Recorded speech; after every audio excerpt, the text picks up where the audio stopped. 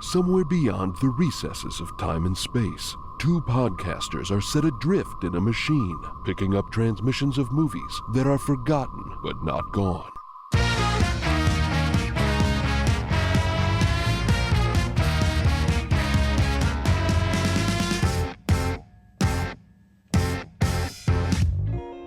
Welcome to Movie Memory Machine, the only podcast about forgotten movies that can move mountains with its mind. I am your host, Landon Solano, joined always by my co-host, Truman Capps. Truman, it's good to perceive you, see you.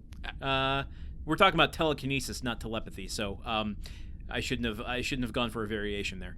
I was going to say, man, I had a whole bit worked up about how it's bloody good to be seen, and I was like, that's going to be really on brand. But no, you had to go step in it with confusing telekinesis and telepathy. Sorry. I'm sorry. Look, and here we are. I'm bullying you right out the gates. That's got us more on track for the episode. I do have a very revealing and intimate question to ask you to start this episode. Are we in the shower right now? Is that why? What age were you when your parents had the talk with you? And you know the one I'm talking about.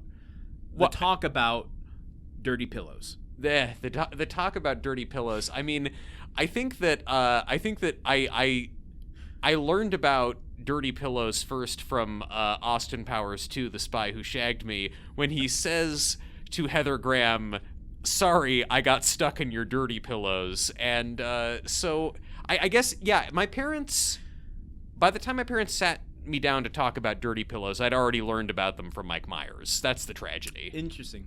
Yeah. Do you think Mike Myers was inadvertently referencing Carrie and Stephen King when he said that? I am okay. At the time, I was like, what a clever improvisation from that scamp Mike Myers. And then when I, a week ago, watched the original Carrie in preparation for this episode, I was like, motherfucker, Mike Myers wasn't as clever as I thought. He was just ripping off Carrie. There is an adage in improvisational comedy that you'll use everything you ever knew. And I think that was Johnny Carson that said that to Steve Martin. But there is there's nothing left unturned when you are like trying to create stuff for comedy. So even if you aren't aware that you're referencing something, you're pulling from the recesses of your brain to make a connection. I'm just trying to think, like, within the lore of the Austin Powers franchise, he was cryogenically frozen in 1969, so he would have missed the 1976 release of Carrie. Did he? Yeah, you could have read it. He could have. Well, the book came out in the 70s. But that doesn't mean it existed only in the 70s. Well, okay. I mean, you can go to the store and buy it now if you wanted to. So you're saying that Austin Powers, international man of mystery, he has to defeat Dr. Evil, and yes, listeners, I know there's the sequence in the first movie where he catches up on everything that happened. He watches the moon landing and tries to play a CD on his record player. You're saying he also bought a copy of Carrie? Yeah. Why not? Do you think that is Stephen King's most shagadelic novel? Wow, now you're asking the deep questions here. I mean, or is Austin Powers more of a Dark Tower guy? I'll reveal my hand here in that I brought up the dirty pillows conversation because I want to start the conversation about Stephen King. Oh, and I'm happy to answer your shagadelic question. But before it gets too far away from the initial intention here, there is okay, wow, I don't want to start this episode here, but I'm just going to flirt with it. I'm going to be very, very careful. I'll be on my best behavior. I have similar problems with Stephen King that I do with Tarantino. Oh, interesting. Now, taking the men for who they are, I would much rather spend time and appreciate Stephen King than Tarantino. Sure. However, it comes down to their fandoms. Mm-hmm. That they have very similar kind of toxic fandoms that treat each of them as gospels. Have you heard of this, Truman? I mean, have you ever seen any evidence of this? Have you ever heard of this gospel? Look, I don't know. I guess I just haven't had, like, I'm a Stephen King fan. I like a lot of his books, and I aggressively dislike a lot of his books. And I take such Because joy. you're a normal human being. Yeah, well, I mean, it's just like I think that anybody who says that every Stephen King work is an infallible work of genius should be locked up. Some of them are truly works of genius, and some of them are like, Yes. I don't know, man. I guess I'm glad you got paid, but this makes no sense. Yeah. And you wrote it right after writing one of my favorite books. I don't know what was going on that week. Yeah, exactly. I'll tell you what was. Cocaine was going on that week. Well, no, some of these are recent ones. Like, yes, there's some books from the 80s where it's like, okay, yeah, you must have had a bad batch from your dealer that week. But there's shit that he wrote in, like, the mid-2010s where I'm like, your previous book rocked, and this is trash. What? Is it a different type of chamomile tea you were drinking that week, Mr. King? Did he write it in Maine or Fort Myers, Florida, where he also lives? Oh, man. I bet the Fort Myers books are the bad ones. Okay, but there is in the horror community. Do I need to bring that up again? Yeah, it gets funnier Truman every rolls his time we eyes. do that. I applaud your ability not to do a spit take and instead roll your eyes when you did that because you're drinking some water. I'm going to learn to roll my eyes so loudly that the listeners can hear it. That's going to be when I achieve peak podcasting. Okay, what about the horror community? Okay, All right. There is a cult of King in the horror community. Sure. That treats his stories as gospel. Yeah. And we're actually starting to see filmmakers emerge that are part of this cult of King, namely Mike Flanagan, who has done Dr. Sleep, Gerald's Game, sorry. Yeah, I want to play Gerard Butler's game. Yeah, I was picturing Gerard Butler tied up in bed. Hello. I think a lot of women were after 300 came out. And men. And Mike Flanagan's doing, a couple. He's doing a Carrie mini series that's gonna come out long after this episode. Yes. We'll get a big bump then. He's a cult of King in that the texts are gospel, and I think it's such a bullshit excuse because Stephen King, I agree with you. I thoroughly enjoy his books. I will continue to read them. I did get to a point where I'm like, how many Stephen King books in one lifetime do you need to read? Less than both of us have read. I hit that point at one stage, but I think anyone who is defending Stephen King's, like, we cannot change a word or any plot point of any of his books, by law needs to go to court and defend the term dirty pillows. Oh, okay. I mean, I don't mind. Okay, the term dirty pillows, yeah, it kind of makes my skin crawl, but also I think that, like, that's the intent. Like, I think that's more of a window into Carrie's mom than it is into Stephen King. I think that's Stephen King being like, I don't know. What's a gross way I can put... Listen, Stephen King has some weird ideas about sex. Let's not... I am not trying to defend him on that. I just don't think dirty pillows is emblematic of what that is. When did your parents sit you down and give you the talk about the proper way to defeat an evil clown by having an orgy? Just a couple of years ago. Yeah, you got the talk too late. Parents don't realize it. I had. We don't need to go too far into this because we're going to deviate from the topic today. But I had the book. It ruined my summer once. I remember that summer. You were so mad. I was so livid. I was because I'm a slow reader and it's a thick fucking book. It's a doorstop. And I remember I pre-ordered my tickets to It Chapter 2.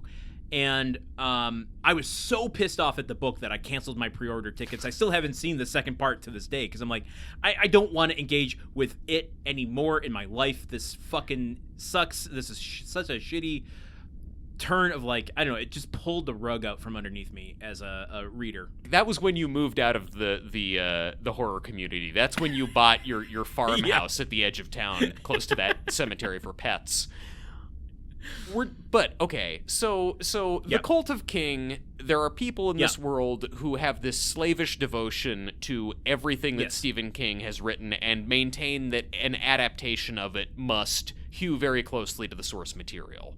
That seems to be the argument 90% of the time when they are arguing against a film they don't like. Okay. Okay. Like, the movie only failed because it didn't adhere to Stephen King's story. Interesting. So, Yeah. and today's movie is based on a Yes. Stephen King book. So I imagine correct. that's why we're having that conversation. Yeah, so this week we're talking about Carrie, the remake of Carrie from 2013. Yeah. Sherman, do you want to use your mind powers to move words and sentences around to make a synopsis for us? Those powers have proven to be quite weak in the past, but let's give it a shot. Shy, unpopular high schooler Carrie White, played by Chloë Grace Moretz, lives with her domineering mother Margaret, played by Julianne Moore, a mentally unstable religious fanatic. Margaret has never educated Carrie about her body, so when she gets her first period in the high school locker room, she's confused and terrified. The other girls, led by bully Chris Hargensen, played by Portia Doubleday, mock Carrie and take a video of her screaming on the floor as they throw tampons at her, until gym teacher Miss Desjardins, played by Judy Greer, intervenes. In the aftermath, Chris uploads the video of Carrie to YouTube, and in response, Miss Desjardins bans Chris from the prom. Meanwhile, another girl from the locker room incident, Sue Snell, played by Gabriella Wilde, feels bad for taking part in the bullying and asks her handsome boyfriend Tommy Ross, played by Ansel Elgort, to take Carrie to prom. Over the next few weeks, Chris and her boyfriend Billy, played by Alex Russell, hatch a bloody revenge plot to humiliate Carrie at the prom, all while Carrie begins to discover that she has mysterious telekinetic powers. Woo! Congratulations. In writing that, I kind of realized, oh yeah, I haven't mentioned the fact that this girl has superpowers until the very end, and I kind of like it. I kind of like how you kind of get lost in the social dynamics of it instead. Well, you know what? This ultimately is a drama at the heart of it that just has telekinesis in it. Yeah. Yeah. Imagine, imagine if Death of a Salesman had just a little bit of telekinesis in it. Now, I also just want to point out your synopsis in which you mentioned the cast members, mentioned two, not one, but two national treasures. We have Queen Julianne Moore. Yes. Yes. And Queen Judy Greer. Yes. Both of whom I would let throw me into the Grand Canyon if they wanted to. So great have been their contributions to cinema and television. We also have not one, but two prominent 30 Rock guest stars. Ah, yes. Chloë Grace Moretz and Queen Julianne Moore. So that's very true. I'm not trying to give Chloë Grace Moretz a demotion. It's just she was only in one episode, and Julianne Moore was in a bunch of them. It's fine. I think she was in 3 at least. Okay, I guess I no dissing on Chloë Grace Moretz. I just like Julianne Moore more, one might say. And we're not even mentioning Easel Andor in our conversation here, and I think that's probably for the good. Yeah, I think the kids are calling him the Gort these days. Let's just go, since you went over the cast, let's go over the crew real quick. This is directed by Kimberly Peirce, who also did Boys Don't Cry, Stop Loss. There's another one that I am not recalling at the moment. And a lot of TV. A lot of TV, like the L Word, lots of prominent, like we talked about the new queer cinema and queer television that boomed in the late 90s and early 2000s. She was a big part of that. Screenwriters, Lawrence D. Cohen. Now, in an interesting credit, he wrote the original 1976 adaptation. Yeah. Now, and Robert Aguirre Sacasa, who wrote for Riverdale. Yeah, and now I'm sort of curious about the credit for Lawrence D. Cohen. I don't know, do we think that he actually was involved in the writing process on this movie, or is it just that the original movie, his work on that script, it was close enough that they kept it? Yeah, I tried to look into this actually, and I didn't get any confirmation about it, but I think it's an arbitration thing in that they veered so closely to what the 1976 original screenplay was that they had to give him credit. I don't know that they started from that screenplay and made slight adaptations to it. I think it was more, let's cover our legal bases, give him a little bit of a kickback on this this adaptation, and call it a day. So I don't think he actually had any real involvement in this remake. Wow. The one of the first documented cases of a screenwriter not getting screwed by the industry. You love to see it. So, okay, And we're going to talk a little bit more about Kimberly Peirce in a little bit here, but what do you say we go into some box office stuff? Yeah, you know what, let's. What did this... I'm interested to know how this movie performed, because I actually, this time, have not discovered that in my research. Oh, good. We can probe your mind to see what your assumptions about it are. Okay, I think probe your mind is somehow more skin-crawling than dirty pillows for me. All right. This movie was released on October 18th, 2013, right in time for the scary spook 'em up season. It was released by Screen Gems and Metro-Goldwyn-Mayer, both internationally and in the United States. Do you want to guess how many theaters this was released into? Did they just blast this sucker into like 3,100?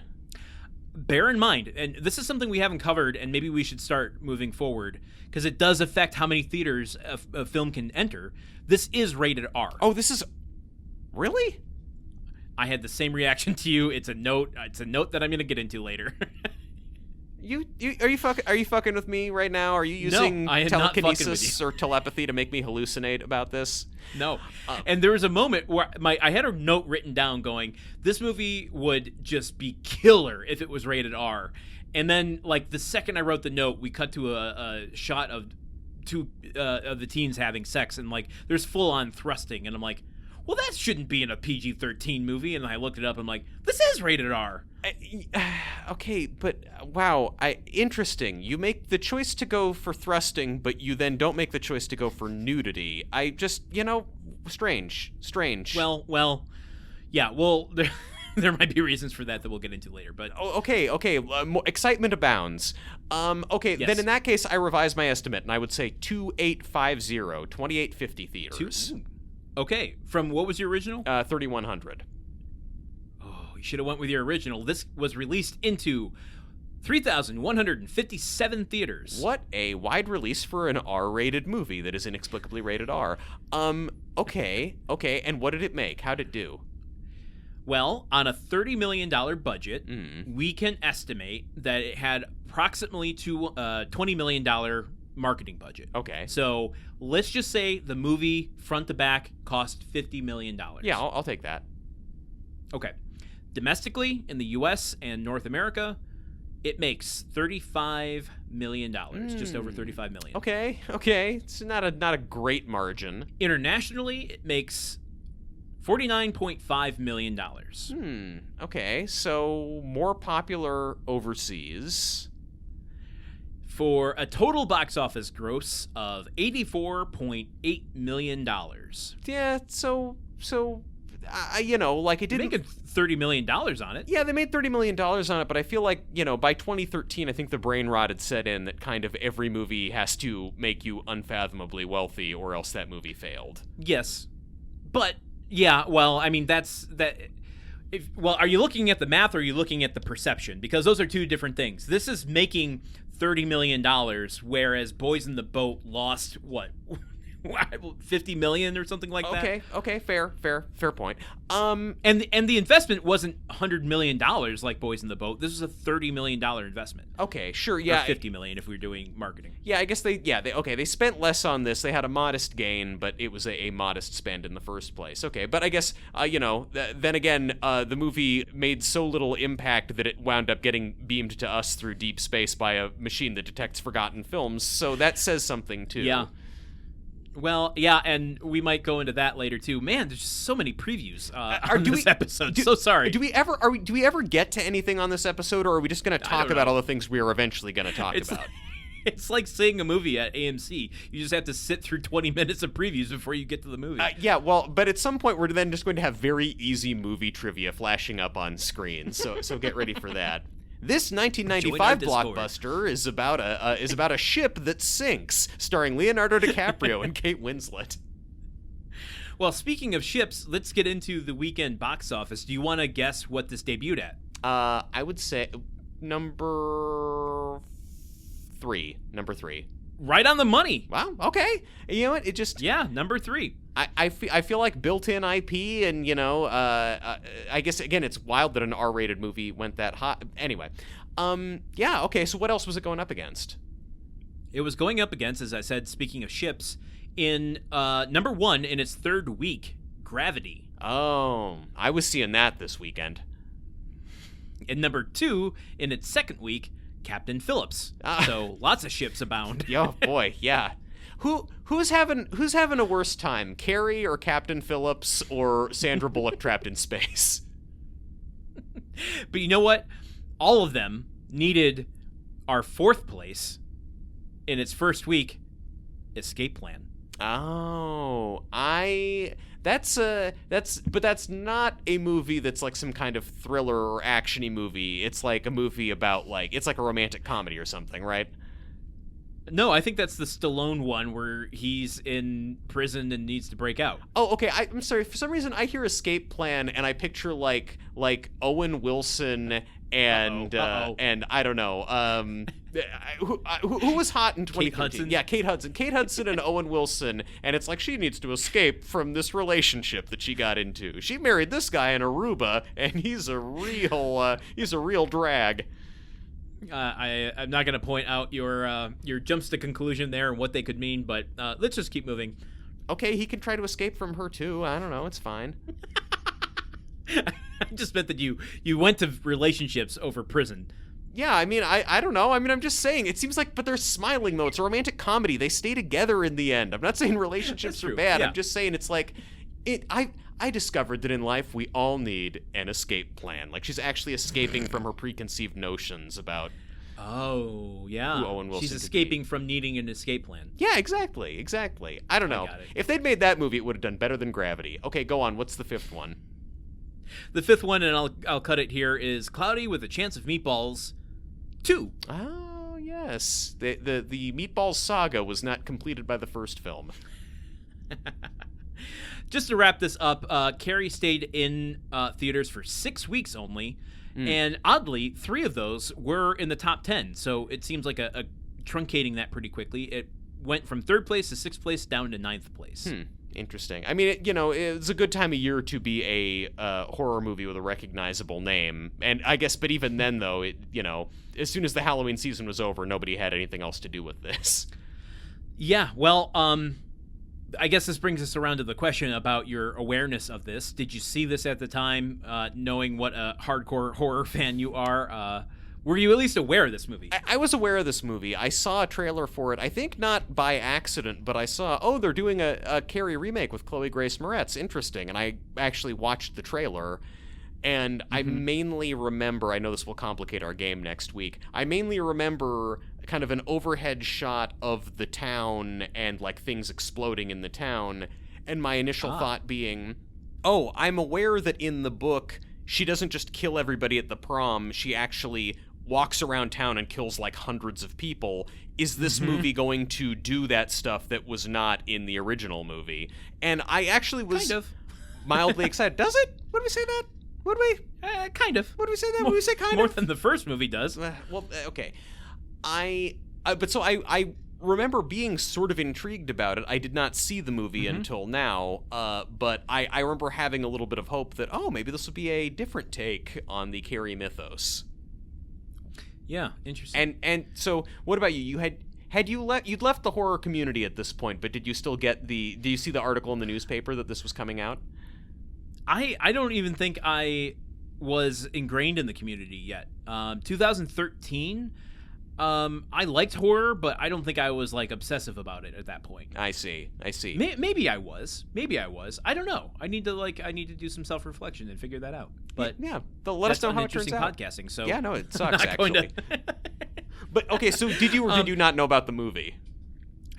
You could not know about this movie. This is one of those case studies where let's just saturate every single movie that's coming out, regardless of it having any audience overlap with the Carrie trailer. Yeah. I saw this Carrie trailer so fucking many times over the summer of 2013 that I wanted to pull my hair out. We're both going to be unnaturally good at the trailer game next week, I think. We have a lot of stuff. So. Yeah. Well, there's one image in particular that it broke me every time I saw it. I'm just like, and okay, it's a good segue. It's the girl's face getting smashed into the gym window during the massacre. And I want to address something here that we can bring back up when it's appropriate in this episode, another preview.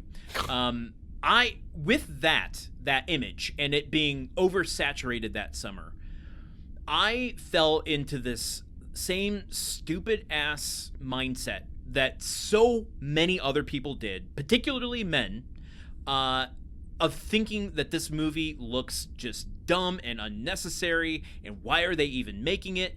And I just want to acknowledge that, like, I didn't give it a chance at the time, and I was part of the problem, which is much more deeper than I want to go into at the moment. But, like, it's a reason why this movie is forgotten, and we'll go back into that later. But I think this movie just had so much going against it, going before it even hit theaters, that and my reaction to it is part of that problem of just like, why are we doing this? And I want to correct the record that I was wrong in having that assessment, and it's opened my mind to like not taking trailers for like what they are. And I'll give you another example. There's a recent movie that came out, Woman in the Yard. And it's a horror film centered on a black family in like a farmhouse.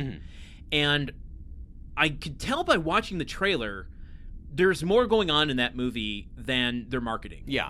Like, they were marketing that film to appeal to white audiences who love The Conjuring.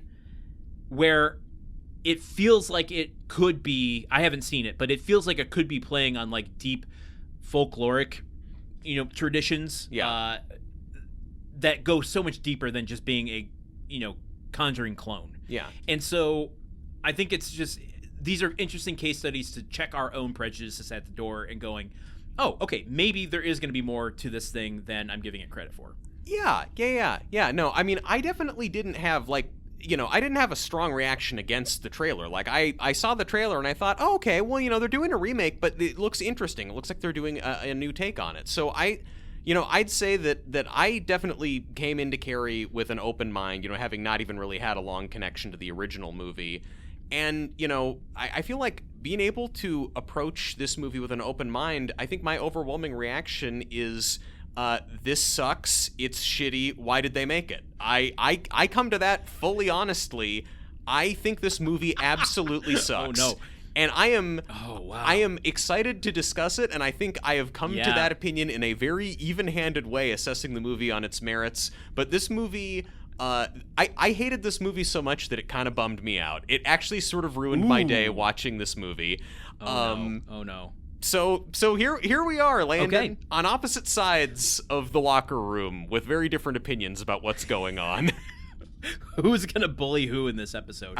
I think this movie isn't above criticism. There's a lot of stuff wrong with it. Yeah.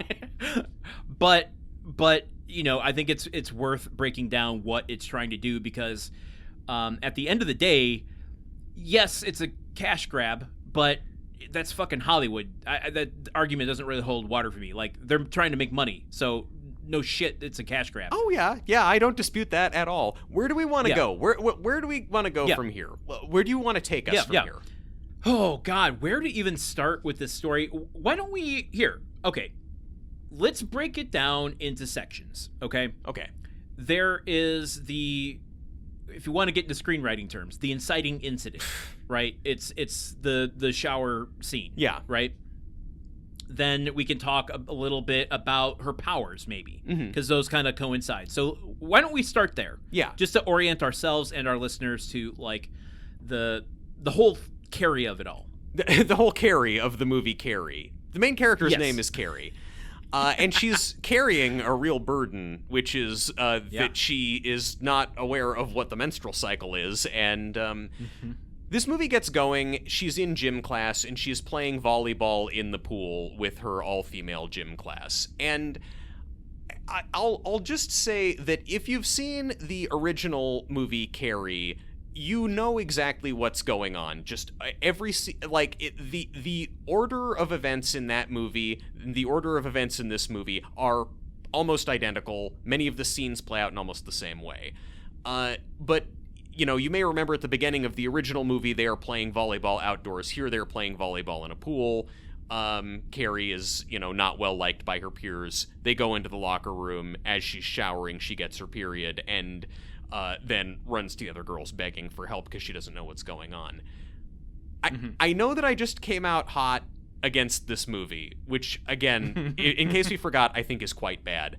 I actually thought that the shower scene here, though, was really harrowing. I thought this was one of the most effective bits of the movie because I think, and I'm not intending to just go blow for blow with the original the whole way through, but I would say that what this has over the original is more of a sense of the actual fear that Carrie is feeling, and this what is captured here really effectively is that she thinks that she's dying, and she is going to these girls who she already doesn't trust and knows, like, she's kind of afraid of them, but is like begging for her life because she thinks she's gonna die, and they're laughing at her, and she's so confused and betrayed by that, and the scene is harrowing in both movies, but it was like really getting me here, and so I think that that's a pretty strong start. And then, of course, your movie is already starting strong, and then effing Judy Greer walks into it, and you realize, oh, that's... slapping people.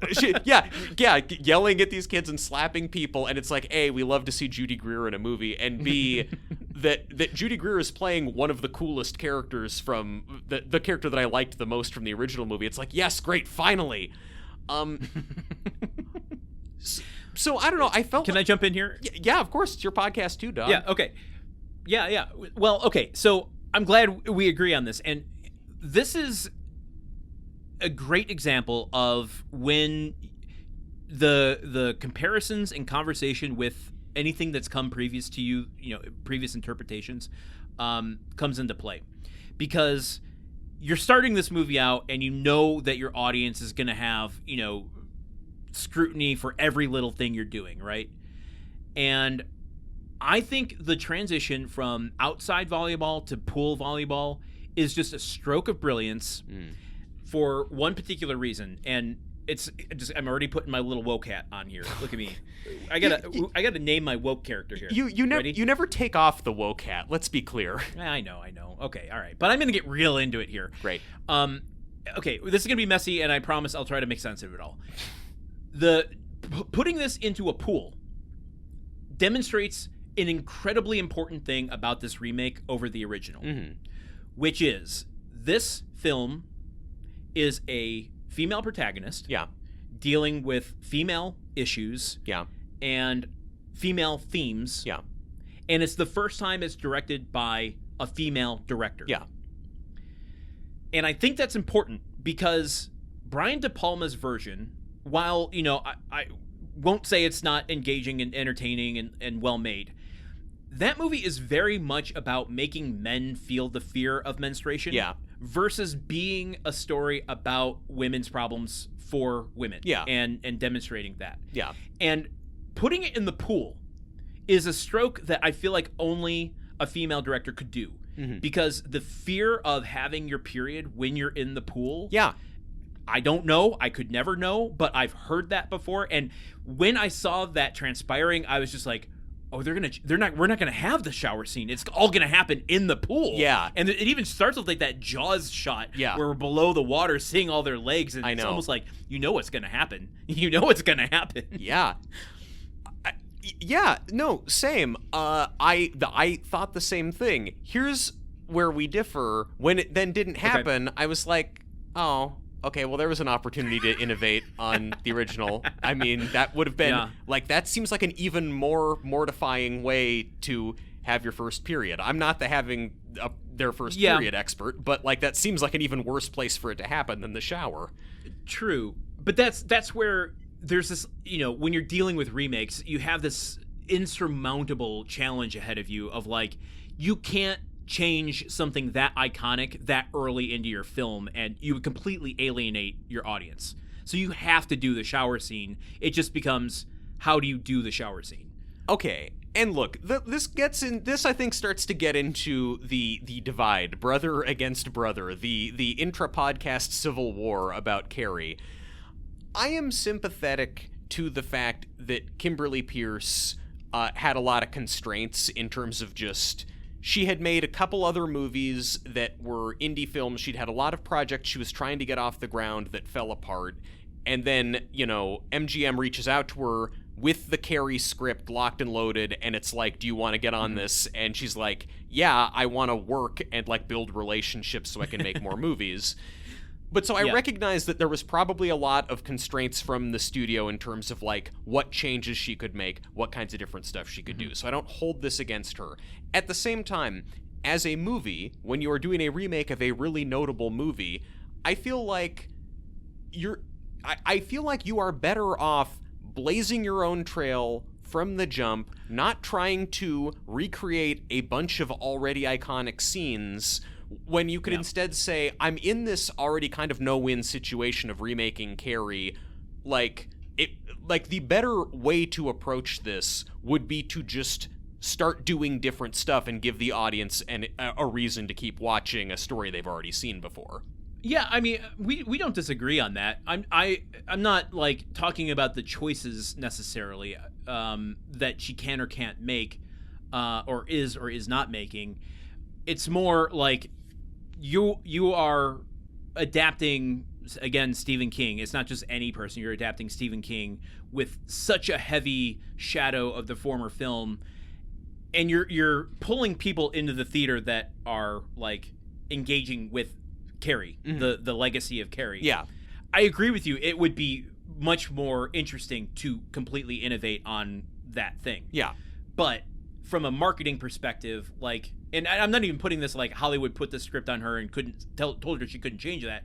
It's just you have to give those tent poles that they're expecting, even if you would like to change them, because you're siphoning off so much of your audience right out the gate if you don't do it. Yeah, and I mean, and again, I recognize the pressures that are there to do that. I guess I am more just mad about, like, what is served? Who is served? What do we gain as Great an questions. audience from seeing the thing we already have seen served back to us almost identically? Well, not true, even a little bit, though. That's where I'm going to differ with you there, because this is also where I think it's important that this is directed by Kimberly Peirce, because, as you said, the way that the shower scene unfolds here is harrowing. Yeah. And you feel like she's fighting for her life. She feels like she's dying. Yeah. Where Brian De Palma shoots it in such an exploitative, unnecessarily sexual way that isn't about her discovering her own pleasure. It's about the audience's pleasure watching her discover her own pleasure. Would we call pleasure the vibe that's going on there? Everything leading up to the bleeding. Oh, like we're close-up shots of her boobs and just going up and down her body. Sure. And like, fair. I would forgive De Palma if that were like a one-time interpretation of the material. He does this exact sequence almost shot for shot again in Dressed to Kill and in Body Double. So like, this is just a perversion of his that is not serving the story. It's serving whatever kind of things he wants to depict. Yeah. I mean, I gotta say, having not seen Carrie before, I did not realize that literally scene 2 in the movie is just frolicking, supposedly teenage girls nude, and oh wow, this is okay. Yeah, the 70s sure were a time, weren't they? So I think Kimberly Peirce does this in a way, though, that's like it roots it far more in the experience than it does caring about what the audience is getting out of it necessarily. Like it's more story driven than it is serving the male audience. Yeah, I mean, it does a better job of that. I mean, and look, and again, I think this is probably one of the few high points of the movie. And so, I mean, I guess let's keep going into it. I'll grant you, though, better to get a take on this opening scene that is not just like, hey, aren't naked girls awesome, but like is actually grounding you in the characters and social dynamics of these people is, yes, that's an improvement. Mm-hmm. I'm just going to keep flogging the same horse at this point, but I don't think it can be understated how important it is to have a female developing the perspective at which the story is being told in this version. Yeah, I agree with you, but I think wouldn't it be even cooler if you, the studio, have decided we're going to remake Carrie and we're going to do it with a female director? What if you empowered that female director to make changes to the existing story written by a man and the original movie directed by a man, written by men? Like, what I mean, like, if you're going to, like... It's just like, if you're gonna, the female perspective is so important, then like, why not like let her fully like kind of spread her wings and do a different thing instead of reenacting events set up exclusively by men previously? Because we know Hollywood's courage only goes so far as the path of least resistance. Cool. Yeah. Fortunately, that's the only American institution where nobody has any backbone. Okay. So, period in the shower. Oh boy, that's bad news. Yeah. Time to go to the principal's office with Miss Judy Greer. Hold on. There's some other stuff beyond the menstruation there that I think are worth mentioning. Like, this is the first demonstration of her powers a little bit, as all the girls are throwing tampons at her, saying plug it up. Like, all of this directly from the book. It was depicted in the first film. What I kind of like about this version, and I also watched, okay, Truman, I like always do way too much research. You do. For this episode, I watched the 1976 version. I watched the 2002 television version. Oof. I watched a static shot of the 1988 musical. Yeah. Landon texted me the link to that, just to be like, if you need this for your research, and I was like, I'm not watching this girl go through all this a third time. I'm sorry, I'm watching a lot of Carrie already. The musical version from 1988, not the one from 2012, is something to behold, and I wish I could have been in the audience for it. Wow. Imagine, if you will, not a volleyball scene that starts the movie, but a song and dance jazzercise number. Okay, well, that's of its time, certainly. I mean, that fits. Yeah. Where was I going with this? Oh, yeah. In terms of the first displaying of her powers, I really appreciate the subtleness here, where, like, the 2002 version, there is no subtlety whatsoever. Like, they're in, and same with the original, where they are in the shower, she's screaming, and the light is just like bird's eye view from above. The light explodes, and like you just like, oh, her powers have arrived.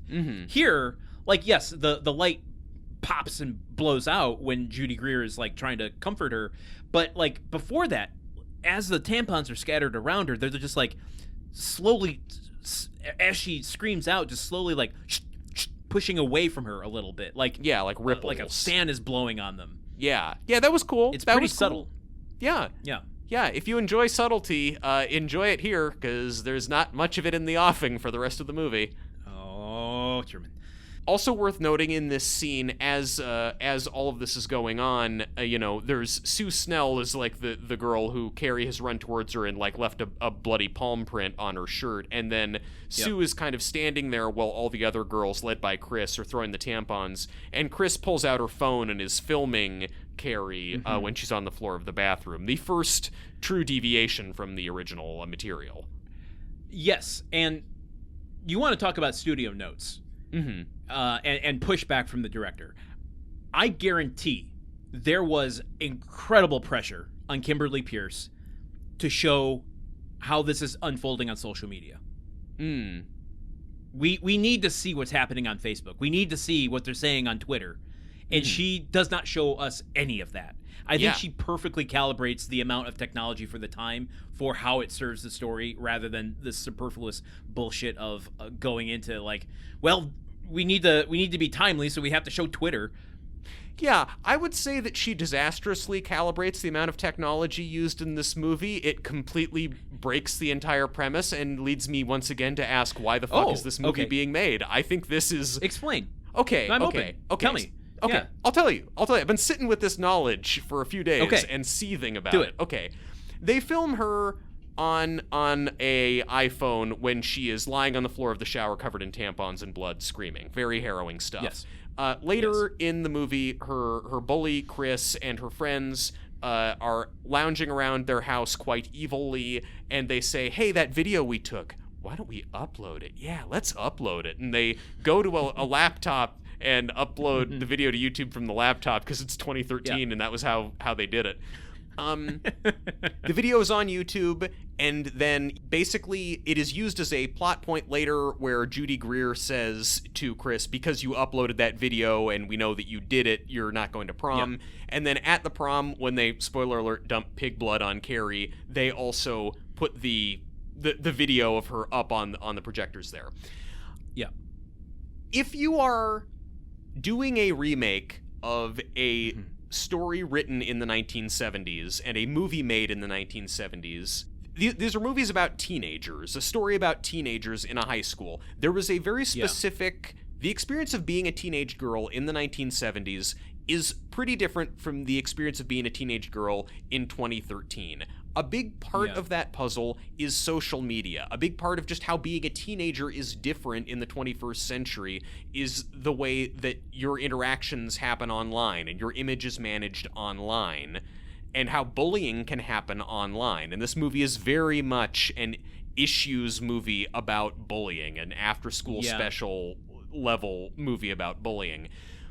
So it's like, if you're going to update Carrie to 2013, and you're going to have the internet be in it, this movie, this story about bullying and being a picked-on teenager, but you're not going to engage with this major way that bullying is happening in the 21st century, if you're not going to update the story and the play of the story and have it meaningfully impact the plot and the characters, why the fuck are you making the movie? Why are you doing it? If you're just going to have the kids act like 70s teenagers, but with 2013 clothes and phones, what are you doing? Yeah. Why are you asking for our money? Well, I won't go to the full extreme with you on that. But, I mean, those are good questions to ask. And 2 points that...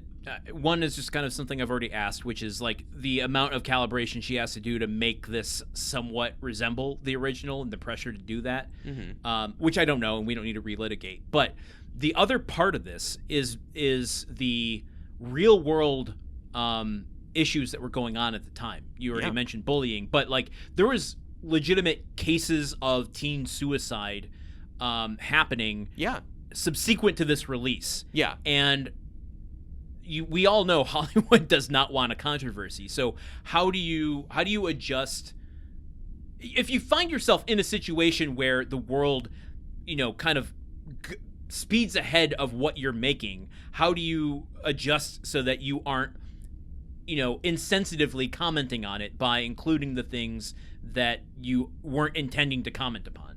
Okay, well, yeah, but then I'm not insensitive to that, but then maybe don't fucking make the movie. Like, don't make the bullying movie. But if you're already committed. Well... And think of all the money on the table. Look at all that cash that I could roll around in if we do the Carrie remake. Yeah, look at that, like, $30 million profit that I'm gonna make, this largest sum of money ever earned by a movie in history. I just, like, look... I think, and we can come back around to this because I have a lot of broader thoughts, and I think part of why I'm so like fired up about this movie is the way that it treats bullying. Like, I think that this movie, you can either make a statement or you can not make a statement, and this movie has just chosen not to make a statement about so much stuff that makes me again question like, then why are you talking? Yeah. Well, okay. Let's just do a quick comparison, though. Like, as far as if we're going to talk the money conversation, that this is, let's just say this is being made purely for profit, okay? At least we have someone trying to make the best movie that she can with the material and the resources given to her and giving it a new perspective versus the Poltergeist remake that we did last year. That was a truly hollow experience that none of the people involved with seemed to care about doing, nor us actually watching like the movie's completely escaped me. I don't even remember much about it. So like you can hurl that argument at both of these. I think at least this one has some people who care behind it. Whether or not they're able to make the decisions they want to is a different conversation. I would say that I consider this movie an almost completely hollow experience, but yes, there there is a lot. Look, I think there is a lot more passion put into this than there was into the Poltergeist remake. I will give you that. I do not doubt that Kimberly Peirce had a lot of passion for this movie and getting it right. Chloe Grace Moretz doing a good performance. Julianne Moore, one of the best parts of the movie. Judy Greer, obviously. People give a shit here. I just am. There's a lot of ways that this movie did not. A lot of ways this movie could have been better, I think. Like this. Yeah, like, sure. Just the fact that, okay, you introduce this concept of the phone, she's filmed, she's on camera, and there's this video of her at her worst moment. But, Carrie doesn't even really seem to know that the video exists until the end of the movie when it's shown on the screens. And even then, it's like, well, you've already had pig's blood dumped on you in front of everyone. Like, it's kind of a hat on a hat at that point. Like, I'm fair. And that's where, I was invested in the movie enough to, be in that moment with it, but the criticism is, deserved. But that's kind of where I'm on the other side of the fence with the social media conversation, because the character of Carrie White, even in a social media world, wouldn't be on social media. So to fully, encapsulate what's happening behind her awareness and with the other characters just becomes a different, it's not Carrie anymore, which is fine, and maybe we should make that movie. Yeah, maybe we should. But we aren't, and we're making Carrie in 2013, and with all of that baggage and the different dead ends of that maze you're doing, it finds its way to the finish line. It's just the bar. The bar is lower than the bar Cheers, which is in the basement of Melville's Fine Seafood. Well, we're only looking at mazes in a two-dimensional space from above. If you were actually to make it 3D and step inside of it, we don't know how tall those walls are. Maybe we could just see the end from where we're standing at the beginning. Yeah, man, I can't see the end of this conversation. This is also a maze. Look. Yeah. I agree with you. Oh, yeah, Carrie as portrayed in the other movies would not be on social media. But if we are updating the story, perhaps, lots of other sheltered Christian kids who are not allowed to be on social media, find a way, be it through a secret phone their parents don't know about. Or, what if Carrie's mom has a computer and an internet connection because she's trying to do proselytizing online, and Carrie secretly uses the computer when her mom's out of the house. That's a way that you can take the emotional center of the story of Carrie, this girl who's an outcast who wants to feel real, and update it and bring it into the world that kids today actually live in. But no, we don't get that. You sound like a capital C creative. Have you ever thought about screenwriting? Yeah, the last time I tried to share my creativity with Hollywood, they threw tampons at me and yelled, "Plug it up, plug it up." Listen, I love your version of it. I would watch that version of it. Thank you. I'm just trying to acknowledge the kind of impossible situation that a Carrie 13 remake has to face.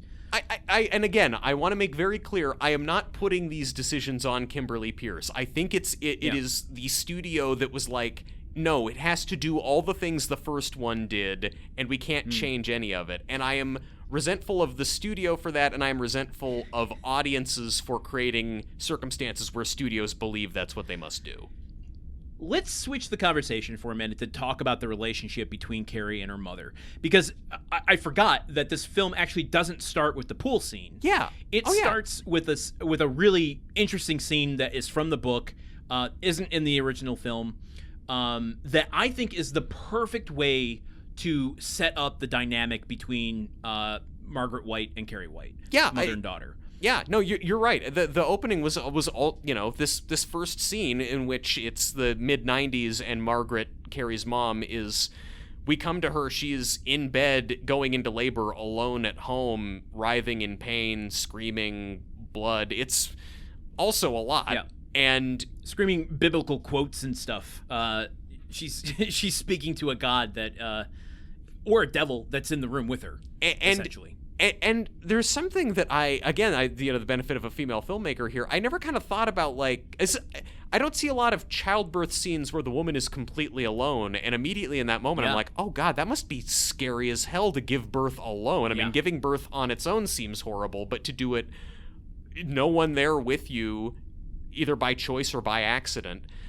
And if you're crazy cuckoo nuts thinking that, you know, having the seed inside you is, you know, the devil's work, is a sin, you know, like, that just adds a layer to that character. To me, that's not putting a hat on a hat. That is layering the, like, you just take the situation as it is, and that's terrifying. Yeah. But then you add the, like, there's a immediate, like, sympathy for the character of Carrie White, even before Chloë Moretz Grace is on screen, to go, this woman wants to kill her baby.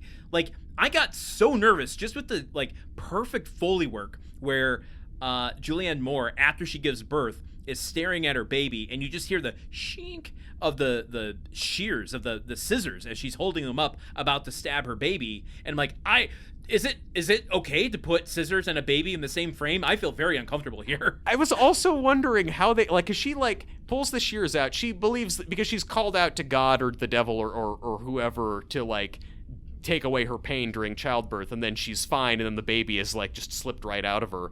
Like, she immediately is like, oh, this is Satan stuff. I shouldn't have, you know, prayed like that. And she pulls out the shears and plunges them downward, and, like, her hand stops right over the baby's face with the shears. I was also looking at that, like, so did they film it in reverse of her pulling them away, and then they reverse the film, like, or are they? No, the safety shot, shears? the close up of the baby, that's 100% CGI shears. No doubt about it. Okay. But the one that, like, even concerned me was the scissors weren't really anywhere near the baby. It was after she, like, decides I'm not going to do it, or I've been stopped and can't do it, where she sets the scissors down, like, beneath her leg next to the baby, and I'm like, even that made me nervous. Yeah, there's like there's, you know, shears have like a 500 square foot, like, radius. They can't be close to a baby. Yeah. Like, you got to just keep them outside of that zone. Yeah. But anyway, this sets up such a unique performance from Julianne Moore. Yes. And we have three heavy hitters doing Margaret Whites. We've got Piper Laurie, nominated for an Academy Award. Upon rewatching it, a little cartoony for me. It's a Brian De Palma movie, dude. You know what you're fair, getting. I know. But then, okay, let's not get in that conversation. The other one is Patricia Clarkson, who I love and adore in the 2002 remake. Completely flat and does nothing with the part. I am so disappointed in that. Yeah, it sucks when somebody doesn't innovate on source material. It really gets my goat. But then Julianne Moore coming in and just, like, finding depths of reality to this character and drama to this character that wasn't, you know, present in even the book. Like, even in the book, she's a little over the top. Julianne Moore finds a way of taking that fanaticism and rooting it into something so fucking disturbing.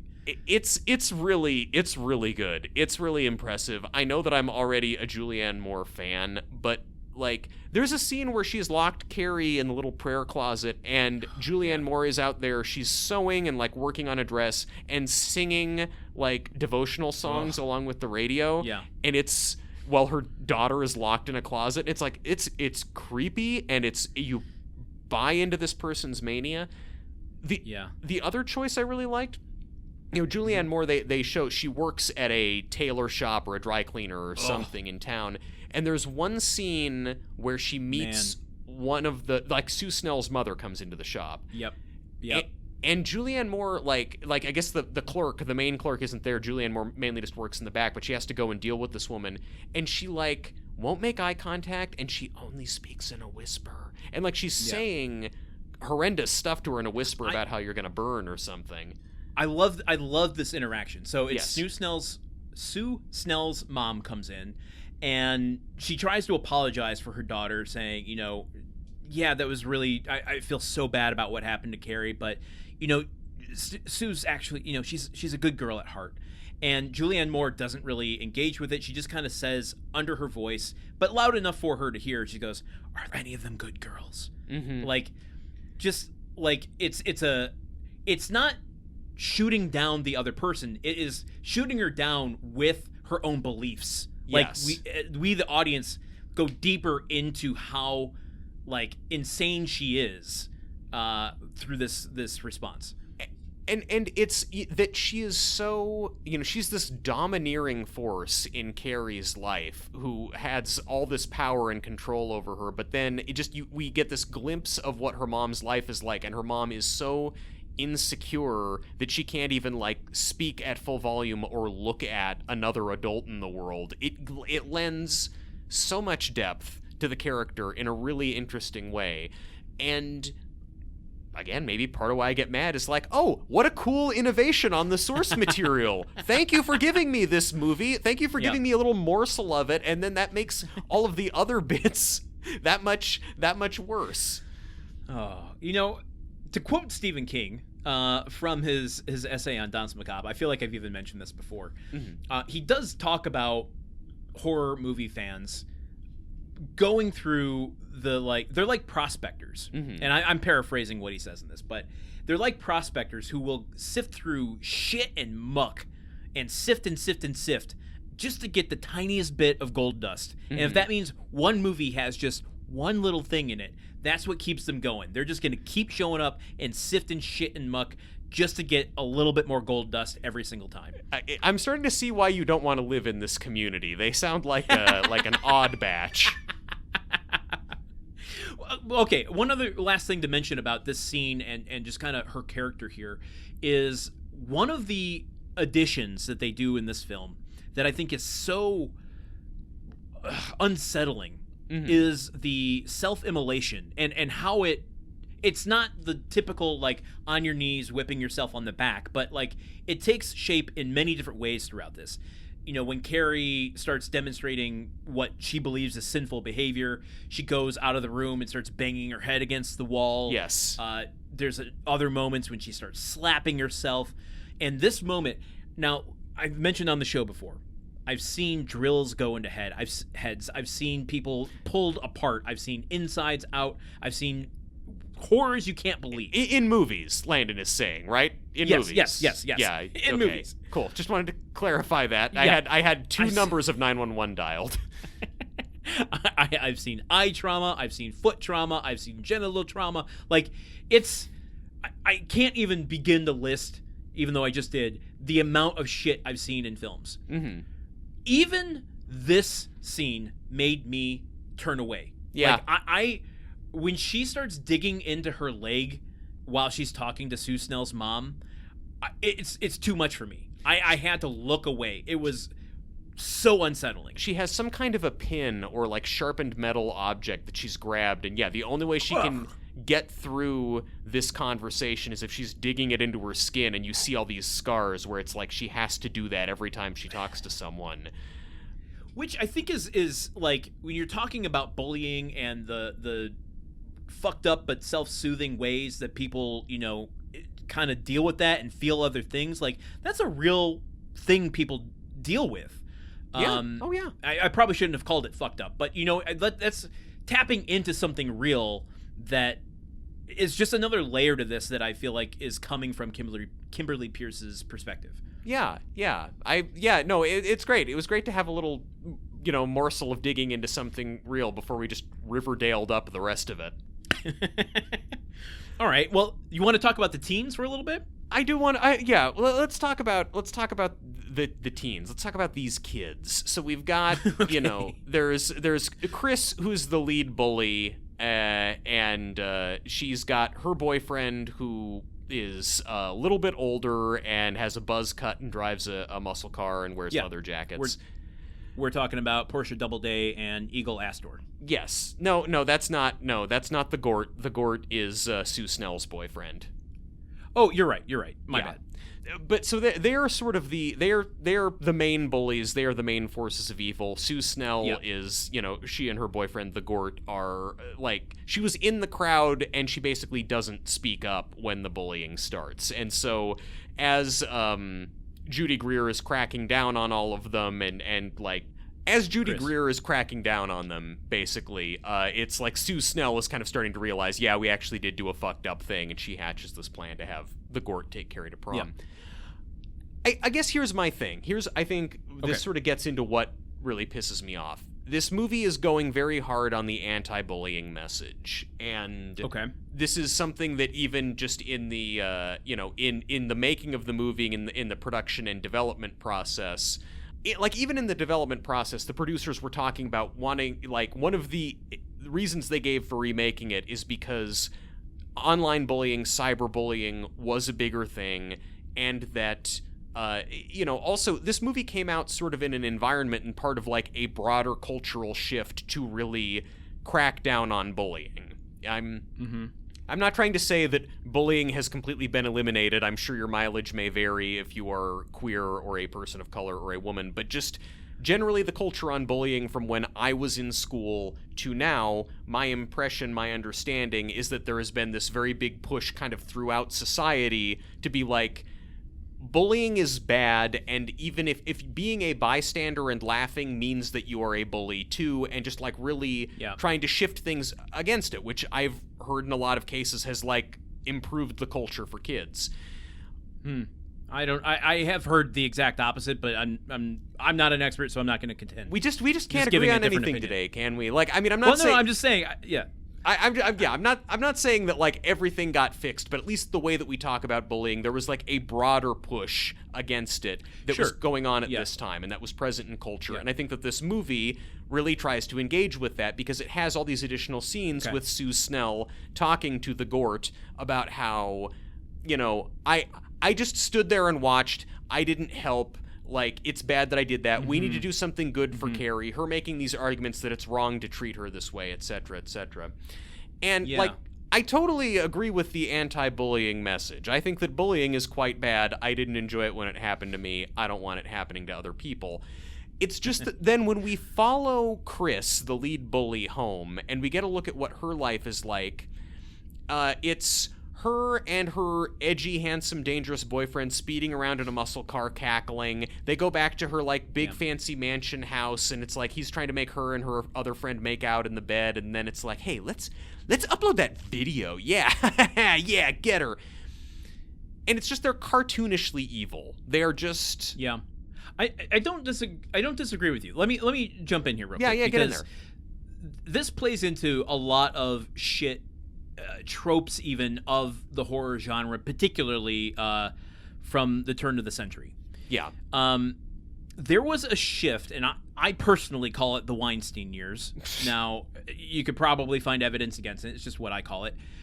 Where the Weinstein Company took over a lot of the horror properties around 1996, 1998, through the early 2000s. Yeah. And there was a dramatic shift from how teens were depicted, where historically, there's the whole Ebert and Siskel, talking about how these films are misogynistic and whether they're right or wrong, at least they're having discourse. But by the time you get to, Halloween Resurrection is one of the most misogynistic, deplorable character movie I've ever seen. Yeah. There is no redeeming value in any of the teenage characters. They treat each other like absolute shit. And to me, I feel the reason I hate those films, and I love slasher films, the reason I hate those films is that it treats the audience like you just want to see these dumb idiots get killed. Aren't you? Yeah. Here's your little sloppy dumb piggy. Eat your, gory kills and watch these kids get dumped. Like, they don't think we want characters or characterization. And so this film, I mean, I agree with you. They are like, they are mustache twirling evil in this film, cartoonishly so. It's playing in this, like, we're just coming out of that age of, that's kind of what teenage characters were. I'm not forgiving it for it. I'm just saying there's history leading up to what these characters, the paradigm of these characters going into this film.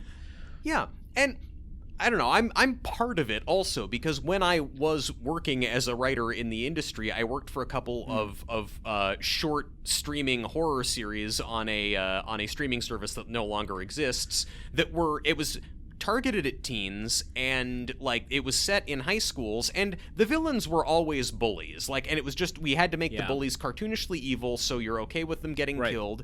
And I don't even necessarily have a problem with that when it's a campy 15-minute long Facebook Watch original about an evil tree that kills people. I mean, okay, whatever. My problem is that, okay, you are remaking Carrie, a kind of big movie about bullying. You are doing it with the explicit intention of being a bullying issue movie. Mm-hmm. Like, anyone who gets mad at one of their classmates and decides, I'm going to go kill a pig, slit its throat, drain all of its blood out, hang a bucket over that person and dump the pig blood onto them. As seniors do. You do that. You know how kids are. But I'm saying... senior pranks.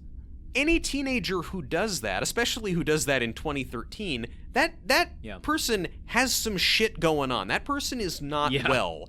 And it's like, okay, and this is the thing about bullies, is that they are replicating behavior that has been done to them, either at home or they're being bullied by other people. So it's like, okay, we're doing the Carrie bullying issue movie. Yeah, let's look at what's going on in Chris's life. Hey, I don't know. Hey, I don't know. What if Chris has a kind of fucked up domineering mom too? Oh man, what if we investigate some cycles of fucking violence in this movie? That would be interesting, wouldn't it? That would say something about bullying, an important issue. I don't want to devil's advocate this whole episode. Carrie's mom would have a problem with that. I agree with you. That would be an interesting take on it and one worth investigating. On another level, like Carrie 2013 can't be a 4-hour movie investigating the backstories of every single person. So I'm not refuting the fact that it is not engaging with the topic, the theme that it wants to engage with on a deep enough level. I completely give you that. I'm not, it doesn't need to be a 4-hour-long movie to do that. You can have 1 or 2 scenes of her at home, and her home life is fucked. And like the same way, we only needed 1 scene of Julianne Moore not being able to fully speak to another adult human being to get that interiority of her character. You could give us that in 1 or 2 scenes and, maybe cut the getting ready for prom montage. No, Landon's dancing in the way he does when he has a good comment to make. True, man. You know what I just realized? What did you just realize, Landon? You just became my roommate outside the horror community. Oh, God damn it. Oh. All right. I mean, are there HOA fees here? What is it? Is garbage included? No, we just wander the hillsides looking in on the community, with our binoculars. Okay, We're wanderers. We ride, buffalo and ride buffalo. We set up camp wherever we want to. I'm sorry. Is the Dances with Wolves community immediately outside the horror community? That seems like weird zoning to me. You're so everything you're saying. I mean, it's for me who loves good movies, hard for me to refute anything you're talking about. And what you're describing is stuff that is an impossibility due to the kind of toxic nature of the horror community and their demands on what they want their films to be and don't deviate from it. Now, that is the frustration I have, where it's like, this movie was so dismissed in its time because it wasn't the 1976 De Palma film. Yeah. Now, I think that you are asking good questions with actual research behind them. Why was this film made? Because of these reasons. Whereas at the time, this movie was like, why is this film made when we have the 1976 De Palma version? Yeah. Which is a completely dismissive way of looking at this film. Yeah. And that is very much the horror community side of things. So going into this and everything you're saying is like you are arguing against the horror community who doesn't want their thing that they love changed. Mm-hmm. Mm-hmm. And so how do you make that in a way that is new and incorporates the world of 2013 and how the themes have changed in the world while adhering to that impossible standard of recreating the 1976 version? I'm just like, you know what? If this is what the horror community is like, then I hope that a book version of Carrie thing happens where a girl walks through the streets killing hundreds of people in this community, because fuck that. Fuck a community so toxic that they both demand a thing be remade and then Well, I don't even know if there was a great clamor for the movie to be remade. There wasn't. There was not. Okay. There okay. wasn't at all. Okay, I take it back. Fuck a community that if a thing is remade are so toxic about it that people are afraid to cross them by innovating on it. Because I think there is so much Carrie stuff that still could be done. Like, I think there are so many dimensions to either staying closer to the book or so many dimensions to just, like, exploring the basics of, okay, domineering mom, girl who's a social outcast, developing powers in a high school bullying situation. Okay, go. Mm-hmm. Like, from those 3 points, there are so many directions you could carry that story in. And I think just really grieving the cool movie that could have been made here, but they felt like they weren't allowed to make it. That's the movie Memory Machine brand, baby. We're always lamenting the film that could have been. We do a lot of lamenting on our podcasts. That explains why we're so popular. I have a little bit of trivia here for you, just to kind of switch up the vibe for a moment. Okay, is this like AMC trivia before the movie? Is it super easy? Kind of. Okay. When Portia Doubleday, when Chris is getting expelled, right? So she has the entire team, the physical ed team that was bullying Carrie has to do suicide things in detention from Miss Judy Greer. And Chris is like, fuck this nonsense. I'm not doing this shit. And Judy Greer is like, oh, you have to. My God, Judy Greer in this scene, the way she delivers, so good. Like, she is not above getting down to their level going, well, you know what's going to happen if you don't do these suicide squats is you're just going to be suspended. And if you're suspended, that means you're not going to prom. She is like playing with the big dogs, and I love it. It's so good to see her in this. I'm mad at the editing of this movie too, and we can talk about that later, but I think that a lot of these scenes where she's talking to the girls in particular, they keep cutting away from Judy Greer, and you know what, maybe that is the right thing to do in terms of just like filmmaking, but it's like, I want to stay on Judy Greer's face the whole time and watch her do all these cool lines.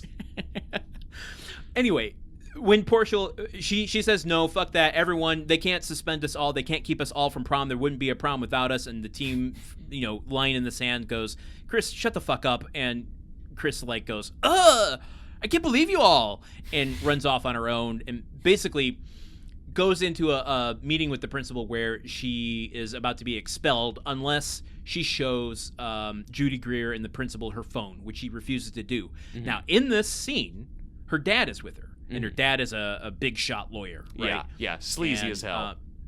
Sleazy as hell. He might have been bringing some sleaze with him from something you've seen him in before. Oh, shit.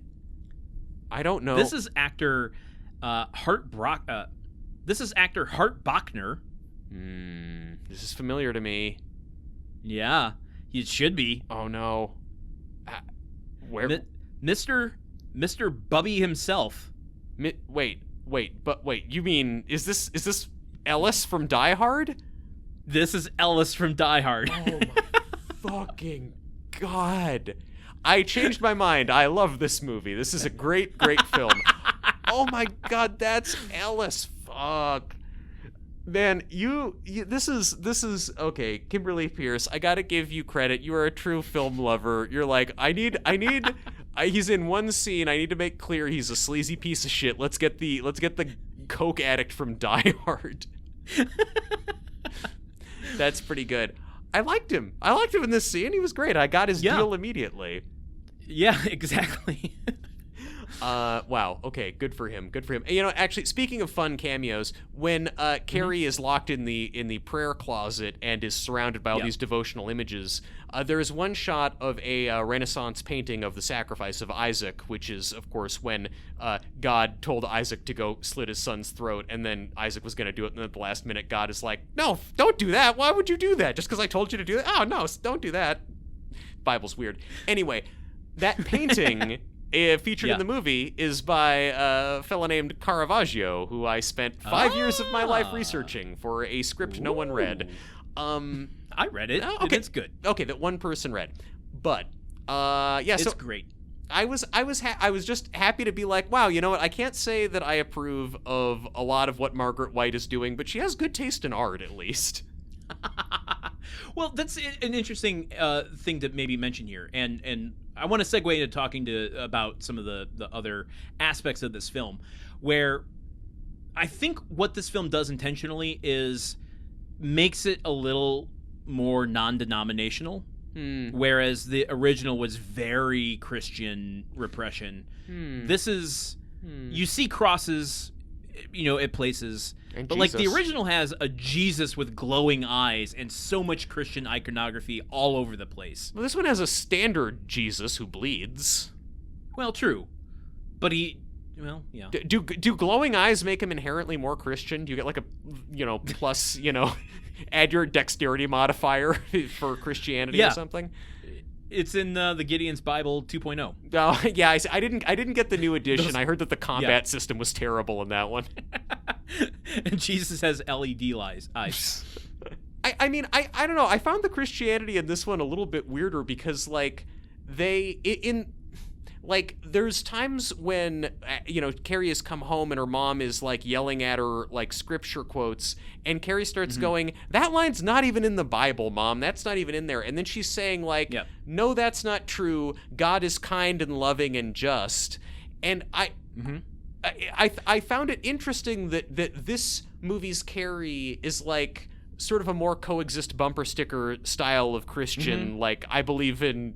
like just sort of non-denominational Unitarian church type Christian. Like, I think it's interesting to see, like, just typically my experience with people whose parents were really overbearing and religious was they went very hard in the other direction. Not like, I disagree with some of your tenets, but I still believe that there is a God. It's just he's more loving than you say he is. Well, I think it's more indication that Julianne Moore has deviated so far into, like, creating her own manic version of religion. Like, what didn't that happen in Longlegs too? The mother started with a specific religion and ended up in a completely, like, fucked up version of it. I think so. I don't know. I feel like Nicolas Cage. I could be mixing up my serial killer movies. Yeah, it might be. I don't know. I think the main issue was just that she met Nicolas Cage, and that was the real problem there. Oh, okay.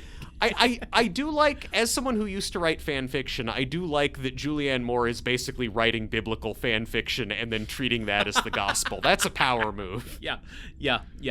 I mean, kind of like real life. But let's keep going. One thing I want to mention, in talking about the closet and the iconography around here, talking about the set design a little bit, and talking about the props. There's a scene, and I want to give props to the props. There's a scene in the classroom, the infamous poetry reading scene. Yeah. Where we see Carrie get up and speak in front of class. And there's a shot of Ansel Adams in the back of the class listening to her. Yeah. And he has a textbook on his desk. Any other high school film would just be like, get me a bunch of textbooks that I could put on people's desks. Yeah. The cover of his textbook is so bent and ripped and just kind of like, it looks like it was in his back pocket, just being carried around school. It's a big like, pocket. The level of making the high school reality through the props was just, like, to me, a really great touch to this. It didn't need to be there, but I was so appreciative that it was. Okay. I won't fight you on the tattered quality of the textbook he has. I was really put off by how glossy and clean and Riverdale as hell the high school looks in this. Okay, that's fair. I was very thrown by that because it's like my perception of Carrie and, like, divorcing it from the original movie entirely, but just okay, high school is a miserable experience. You are at the bottom of the social totem pole. Everything sucks. And, like, they're walking around this school with, like, all these nice new lockers and kind of, like, nice big glassy windows in the rooms with natural daylight. And it's this old, like, stately looking brick building in the middle of what seems to be a very developed urban core. I feel like, I don't know. It's like, I don't feel the misery or dystopia. Misery is a different Stephen King property. I'm sorry. I don't feel the dystopian vibe of high school in this like beautiful, nice surrounding. They have an effing pool. I went to a rich ass high school. We didn't have a pool. Like I don't know. Like, I think that the story is kind of more powerful if it's like, yeah, this is in a small town. Their high school looks shitty. Like, and it kind of has to be in a small town because what town do you live in where you have access to a pig farm? But then... Hey. I live in Madison. We have pig farms all over the place. Okay, you know, this is my West Coast elitism. There are not many pig farms in the San Fernando Valley, so I guess that's on me. No, I get your point, though, and, like, yeah... it should at least be out of date. Or let me rephrase this. When you're doing set design, it should reflect something, right? Yes. So is the cleanness supposed to reflect how outside she is? Yeah. By how homely she's supposed to be and not fitting in? Or should it reflect her inner reality? Yes. Or, should her home life reflect her inner reality versus the school and having the juxtaposition? Like, I get your point. And yeah, it does not feel like it's making a choice to further the story in either way for what it's doing. Because I don't have any problem with it being a clean school per se. I did go to a high school that had a pool, and it was all fairly clean. Flex. But at the same time, kids are fucking dirty scoundrels, and you put them, they're leaning up against the windows at, recess or recess. Are kids still at recess in high school? No, recess went woke. They got rid of that. At lunchtime, they're leaning up against the windows or between classes. Like, there's no way to keep those windows clean. I guess it's just, like... a horror movie, and again, I don't live in the community and I don't live as close to it as you do, but like a horror movie needs to be building atmosphere. Yeah, it sucks. Okay, here's my opinion. You need atmosphere. You need to be building a vibe and creating a vibe in every scene. And when she is walking around a high school that just looks like it's... I keep coming back to Riverdale, which I guess the writer for this worked on, but it just looks like a CW teen drama and not like a place that is making me feel a sense of dread or like of oppression or anything like that. And so it makes it like this movie is not scary, period. There's nothing scary in this quote unquote horror movie. And I say this as someone I'm not calibrated to determine that for people these days because my calibration is way off. But like, I can't imagine someone being terrified by this movie or Carrie in general. I mean, it's just not a scary story. It's a impactful story, and you can kind of empathize with the character. But at no point are you like. It's more like dread and cringe for watching someone go through something rather than terror that something is about to happen. Yes. The original film is like, and again, I am as someone who is not into horror movie and who frightens easily. The original movie, not really scary, deeply creepy, deeply affecting. And this movie, I think, just misses that opportunity again and again in just that it doesn't look like much of anything. And I think, per my comment about the editing, I think that the editing of this movie works against it in a lot of cases. I think that's fair. There's a lot of scenes that could be very creepy and unsettling if we just kind of sat with them and let them play out. Like when her mom is first, they're arguing after she's had her period, and her mom is at home and she starts banging her head against the wall. Carrie is hearing this noise, walks into the room, we see her mom doing it, and then we keep like cutting closer and closer on her banging her head against the wall. Yeah. It's creepier if we just are like in a static shot watching this happen again and again, and we're like left feeling uncomfortable looking at this. I mean, this is pre-A24. I feel like now that vibe has become such a trope that we inevitably would see that if Carrie was remade in 2025. This was coming off of, the really aggressive editing of the early 2000s and 2010s. And so it feels a little conservative when you're looking at like the 2002 version of this film. But your point's not lost. I agree with you. The editing is a little weak in this film for sure. Yeah.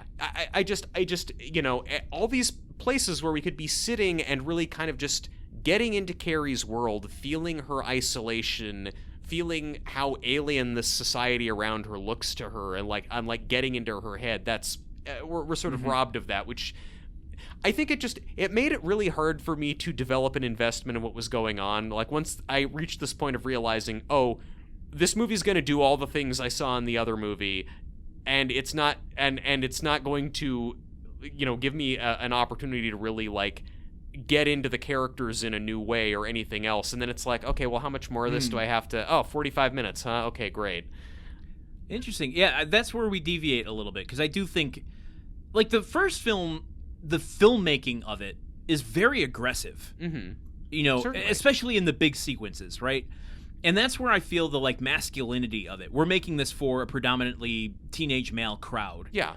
Where this one, I do feel like it takes time for the characters and the drama. It takes time. How effective it is at it is another conversation. But sure, it attempts to take the time and made at a different period of time. It could direct these a little bit differently and craft the sequences differently. But this isn't an aggressive film. Yeah. And it doesn't have to be. It just I don't think, okay, it's not an aggressive film, but then that's not really replaced with anything else. Like, I don't feel a lot of other fair. Vision or point of view. And I'm again not trying to take the piss out of the director here. It's just the first movie had a very specific vibe and angle that it brought to this story, and I was excited to see a different vibe and angle, whether I liked it more or less. And instead, we just kind of got this feels more like something I'd see on TV than. I don't know. I guess I should watch the made-for-TV movie and see how that stacks up. But this felt to me so much like the Carrie TV series on the CW. Okay, now listen. I'm not like trying to hang you out to dry here. I just want to ask you some questions for discourse. Yeah. What's wrong with that? What's wrong with that? I think that the story deserves more. I think that this had so much more potential to be more than that, than just the average thing. I think that if you are going to remake a movie that is so iconic, to then just make the CW version of it and not make some kind of statement with what you're doing is sort of galling. Well, okay. And I'm asking these questions because it's a little hazily defined for myself, so I'm just trying to get to something here. Yeah, you can roast me. Describing it as the CW version, as if that's the assumption that is the standard for bad. Well, what's the thought there, and like why is that the bad version of this? Because my perception of CW teen shows, everything has a certain level of gloss, a certain level of melodrama to it. Everybody's pretty, all the locations are really stylish, everything, it's just, it feels cheap in terms of just, I see that and I think, you shot this in Vancouver, BC in 4 days. Now, why does your criteria matter?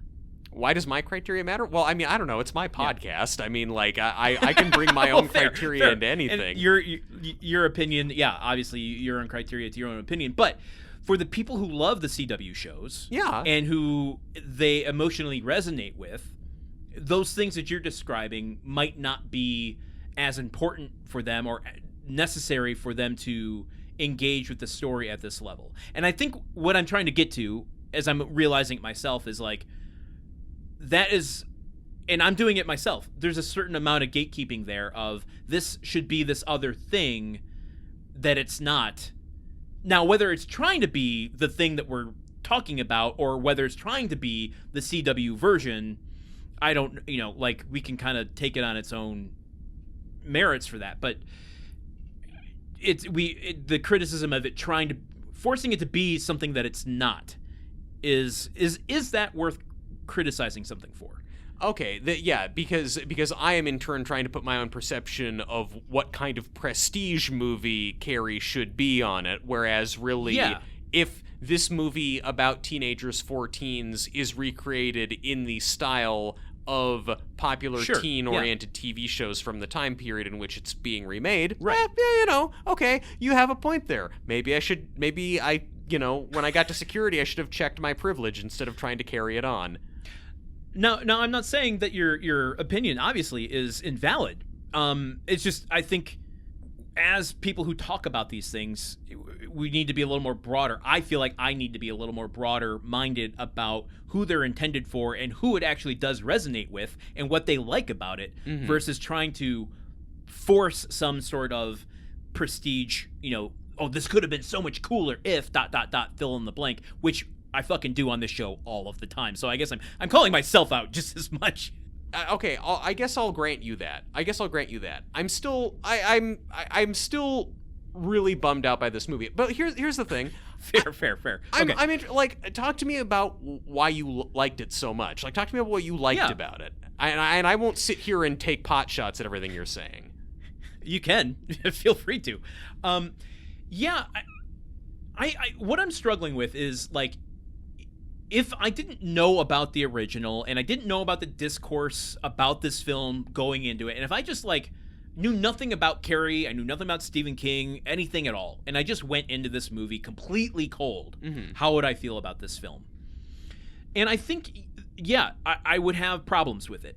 And those are the ones that I'm trying to highlight of, like, what are the legitimate criticisms of this film? And we can go into those because I haven't even talked about my criticisms yet. Yeah. What I like about it, though, is that in not a blanket way, like, it does try to give real world justifications for these crazy banana cuckoo stuff of, like, I love Julianne Moore's banana cuckoos. I have them every morning. Drink the milk afterwards.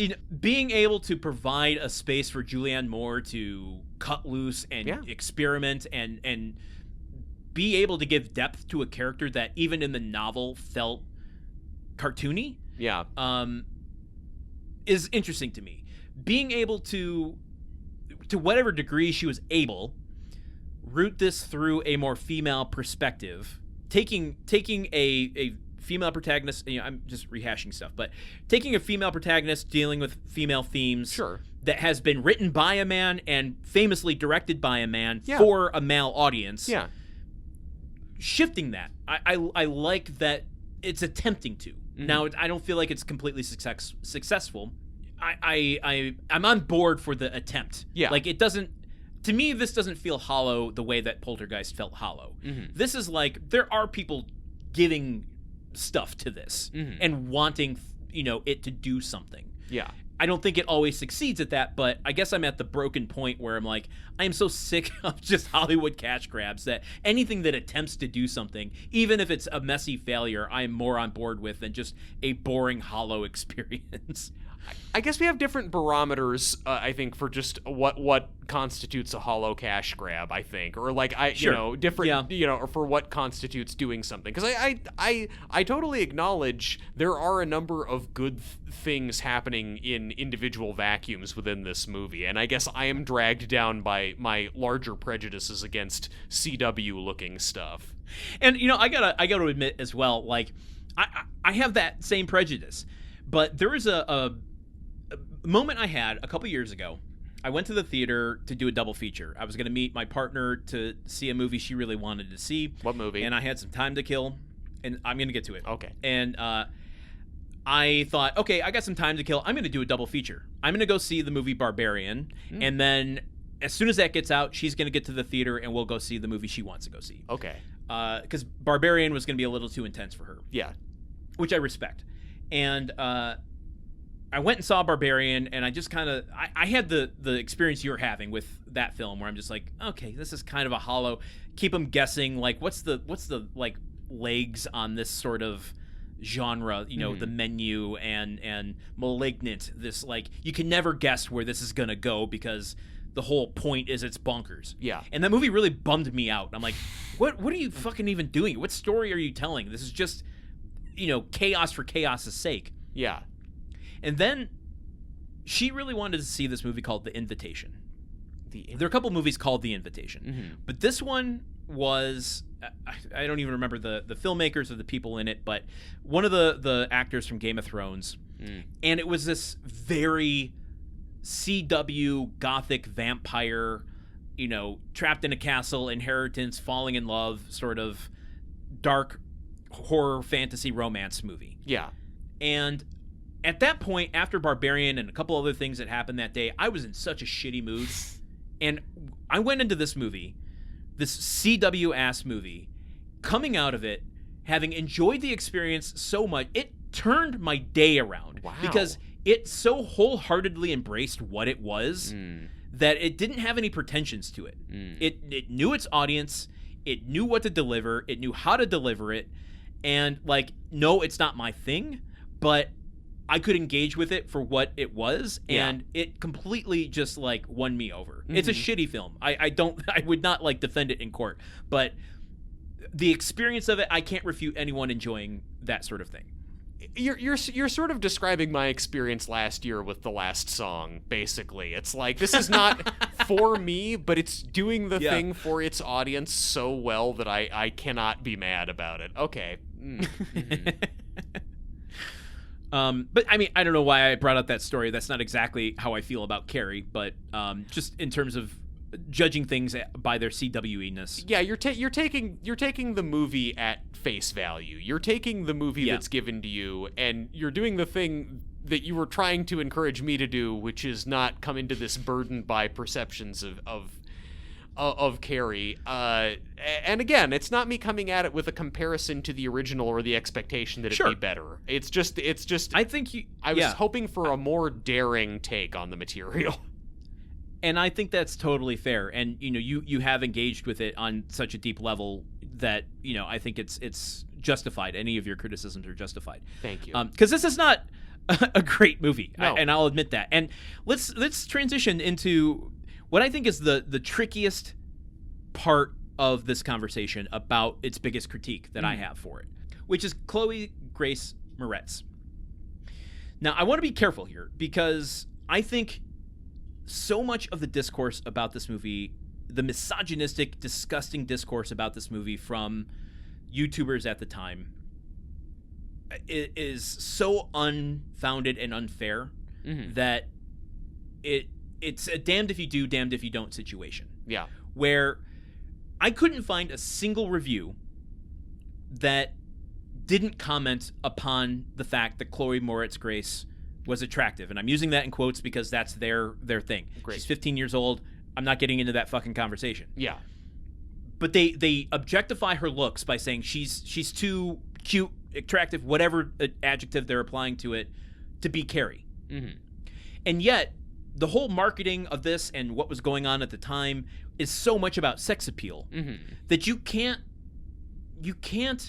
take someone like Sissy Spacek and place her in this role in 2015 or 2013 without breaking the mechanics of selling the film, which is also a disgusting world that I don't want to talk about. Yeah. That said, and I think Chloë Grace Moretz is a great actress, and there's a lot of decisions that go into a single actor's performance. So I'm not putting this at her feet, but I think her casting and her performance are miscalibrated to the core of the character.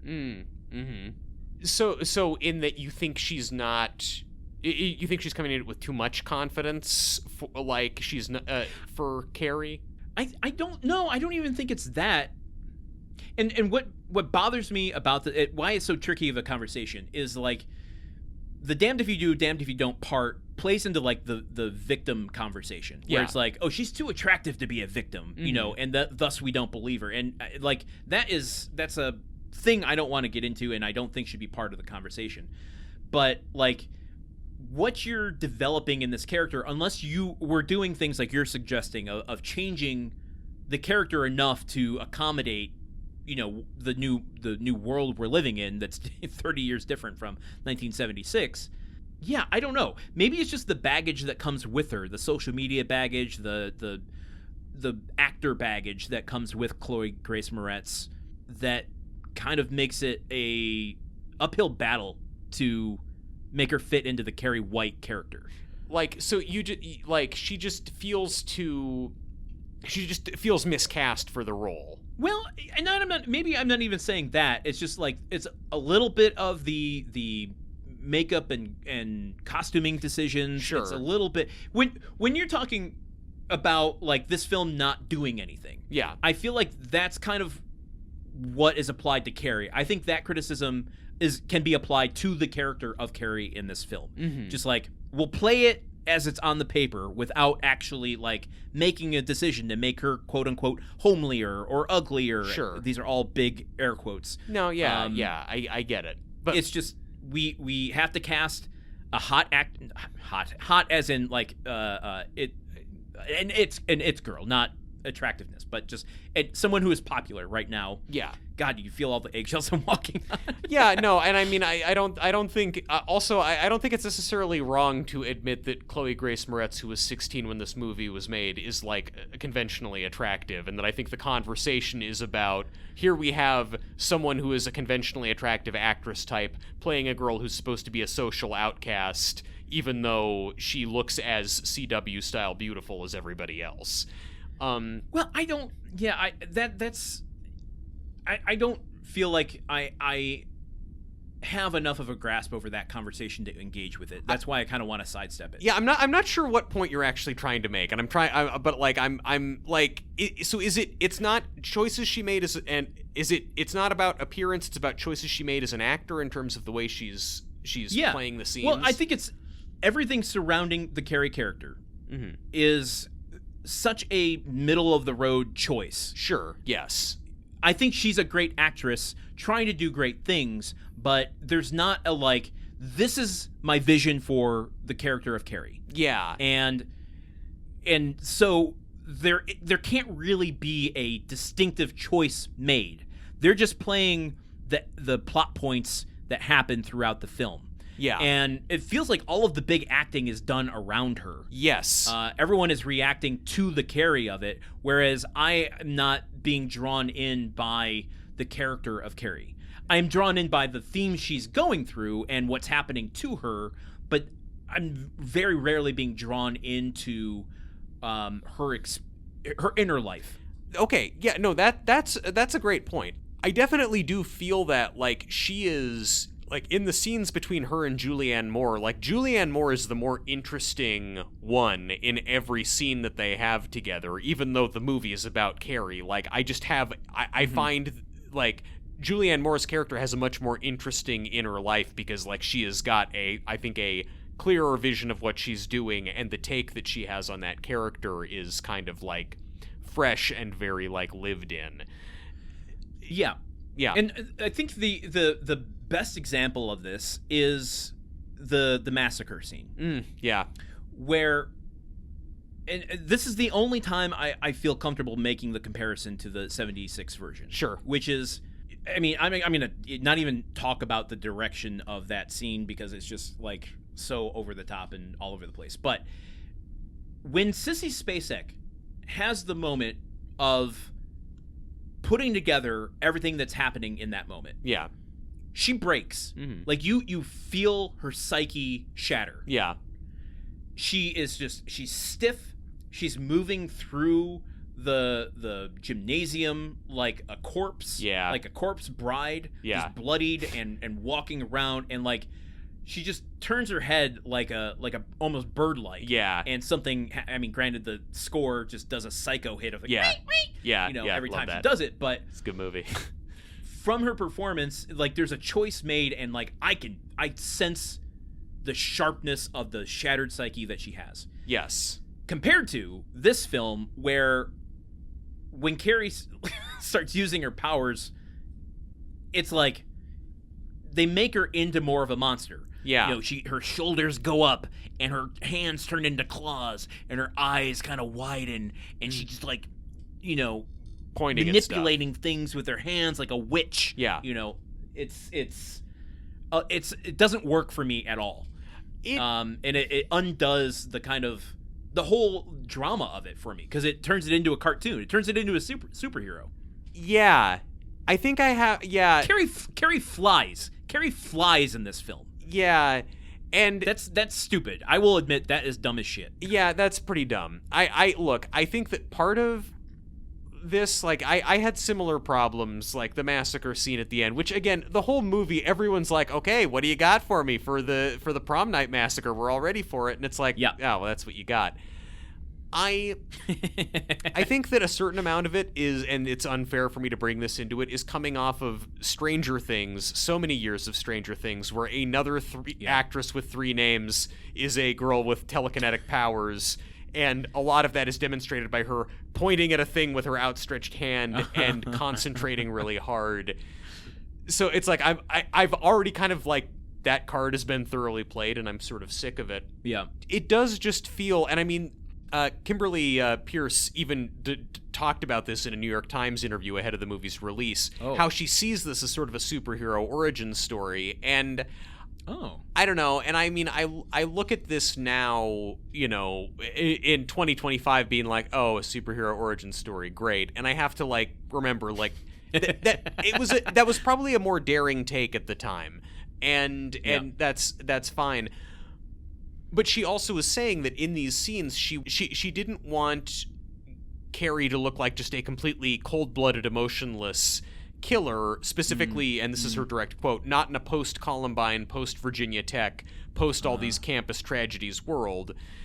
And, you know, and she didn't want people to feel disconnected from Carrie. Like, these were sort of like choices she made where she didn't want to get to that level of completely, like, her psyche has broken that you get in the original movie. I don't think she was very successful in achieving some of these things she said that she's setting out to do. Yeah, agreed. Something that comes up in this interview they did with her is that she's friends with Brian De Palma, and like when the movie was offered to her, she called Brian De Palma and was like, "Should I do this?" And he said, "Yeah, you got to do it. And they had dinner together a couple times and like talked about the making of the movie and what she was doing. And she, you know, she was saying in the interview that like his movie was sort of campy and she wanted to get more inside this girl's journey and inside her bond with her mother. And it's like, reading this interview, it's like, okay, I understand that was your intent, and I like that intent, and I feel like I just don't see that happening in what is here in front of me, which is part of why I feel like the studio had a lot of demands. Yeah, and that's possible, and how do we know? And I realize I'm deflating every conversation we've ever had on this show by saying that. At some point, we have to engage in wild speculation. That's what a podcast is. Yeah, I'm not going to keep going back to the well of the impossible formula of creating a successful Carrie.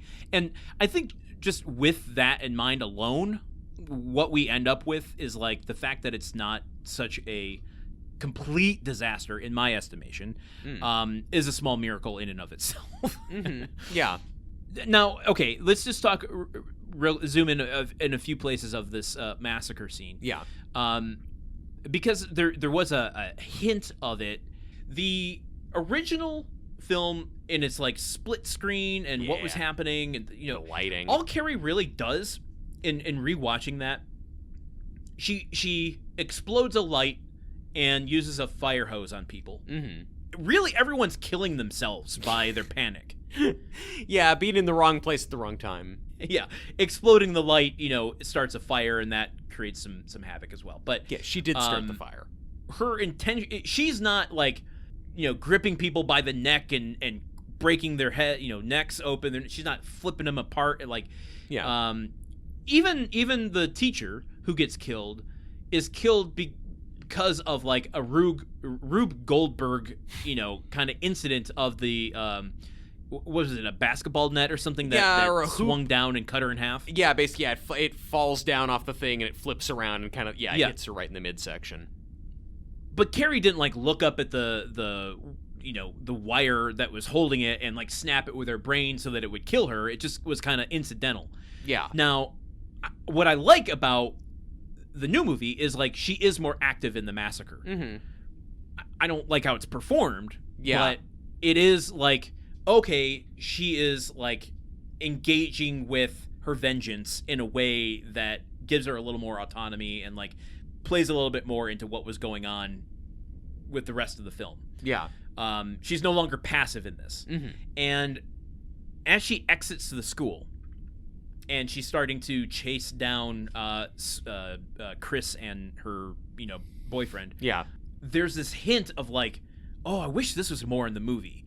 Some other version to this, but there's this like heavy metal guitar that comes on the score that's almost like a funeral fugue. You know, it's like as Carrie's just kind of walking down the street, and like, you feel like shit is gonna start to happen. That's what's in the trailer, and that's what got me initially excited. And you know, that I really liked that, but the rest of the movie doesn't support that, and it doesn't have other examples of it throughout, which I think is kind of a missed opportunity. Yeah. I mean, as I remember, the trailer that I saw was basically like that kind of like that sound, the overhead shot of stuff exploding in the city, and then like one cut to a close-up on her blood-covered face. And I'm like, cool, seems like a neat thing. I sure hope I don't watch that 12 years from now and be really mad about it when it disappoints me. Hey, you know what? I got a few just kind of silly things I want to pull out. Oh, silly things. Just change up the conversation. Yeah, hey, silly things. Yeah, sorry I darkened it up today, folks. Been out here Hey, using I my did mind to spray fire hoses on the podcast. I didn't mean to do that. Okay, here's just a smattering of things. Carrie's mom. Yeah. She drives a retro car. Yeah. Like it hasn't changed from the 80s. She has a Jesus fish on her bumper. I want to know the circumstances in which he's like, oh, that's cute. Yeah, I'm gonna put that on my car. Yeah, she's at the gas station and she sees it and she goes to the clerk and is like, I'd like the Jesus fish, please. It definitely, when you've gotten to the point in your religious mania that you are self-harming and writing like an entirely new understanding of Christianity, it seems weird that you're like, oh, but I want the fish for my car. I love, because it's like this like light orange like 90s like, I don't know, looking car. It's a Crown Victoria or something like that. But I've driven in that car. I know I have. It's a very distinctive looking, only 90s kids / 80s kids in Landon's case. But there is the scene where the Gort comes and is asking her to the prom, and in the original movie it takes place with Carrie like at the front door trying to keep the door closed while her mom is upstairs. Yep. Here, Carrie is walking back from school. Her mom has not arrived home yet. The car's not in the driveway, and they're talking on the front lawn. And Carrie keeps looking up the street and thinking that she sees her mom's very distinctive-looking car coming, and there's this panic to it, and then as the car gets closer, you see it's not hers, but it's like, it gives it this sense of like, she needs to wrap up this conversation, get rid of this guy fast. Again, one of the highlights of the movie for me, like that, the fear in that moment, the dread in that moment is real. I like them implementing this car that is like the symbol of her mom, and if you see the car around, it's like, oh fuck, what are we getting into now? I mean, it does look like what Nick Cage drives in Long Legs. Yeah, honestly, it really does. I would love to see Carrie's mom in this movie, the insane Christian, go up against the insane Satanist played by Nicolas Cage in Long Legs. I mean, those are two great actors who are completely dialed in and wilding out on their performances. Let's bring back Celebrity Deathmatch, but instead of the kind of toxic underbelly of that, make it be characters that fight each other. Yes, and specifically characters from kind of under the radar horror movies. All right, here's another one. When Carrie is talking to the principal at the beginning, the principal lets slide. Carrie doesn't want her mom contacted, and the school's like, we gotta cover our legal basis here. We have to tell your mom what's going on. And there's a throwaway line that the principal does of, ever since the state forced your mom to stop homeschooling. Yeah. Which, to me, is like, if the state intervened, don't you think DCF would have stripped Carrie away from her mother a long time ago for, like, just on a well-being check going, yeah, there's some abuse going on here. Yeah, it's like, hey, ma'am, we noticed there's a closet here with a bunch of devotional things and a lock on the outside of it. You're not by any chance putting your small child in there, are you? It is weird also because, like, just, I don't know, especially in the hellscape we live in today, but, like, the amount of latitude parents have, insane Christian parents have, to just homeschool their kids forever. Like, I don't ever remember there being a case where the state has said, hey, no, you can't homeschool your kid. You are too insane of a Christian to do it. And that didn't immediately get overturned by, like, the first Trump-appointed judge that it ran into. Yeah, exactly. I support the state of Maine where this movie is set for, like, being very aggressive about, like, let's get her out of this educational situation, even if it remains her home life. Okay. Then let's talk a little bit logistics of the prank, the not even the prank, the criminal offense that's done upon Carrie at the prom. Yeah. I mean, okay, I get putting the bucket up there, right? That's the whole fucking thing. Yeah. But they're putting it up there while the whole stage and decorations are being constructed. Who put the pulley system up? That's what I'm wondering. Was the pulley system already there? Like, at risk of going back to our old podcast, this is like some Al Borland shit. Like, there's some guy up there with like a power drill, and he was excited to go to the hardware store to get all the bits you need. Like, he's looking at it like, oh yeah, I know exactly the size of clasp that I need to get that onto the rafters. Because if you're putting that on like the bullies here, like Chris and her boyfriend. Yeah, we see the whole process of them going to a pig farm late at night and slaughtering a pig and putting its blood into a bucket. We don't see them going to a hardware store picking out like, okay, what weight caliber do we need that can support what do you think a bucket of blood weighs? Yeah. Should we get the 25-pounder or should we go upgrade to the 50? I feel like, I don't know. I'm a spiteful, angry person, and there's a lot of people on my shit list, and I've just never been mad enough at anyone to like put this level of work in to both kill an animal, transport and store its blood, and also do a fairly high-level craftsman home improvement style project to rig it up. I will admit, the one thing I've ever done, even remotely to this degree, was scooping dog shit into a brown paper bag.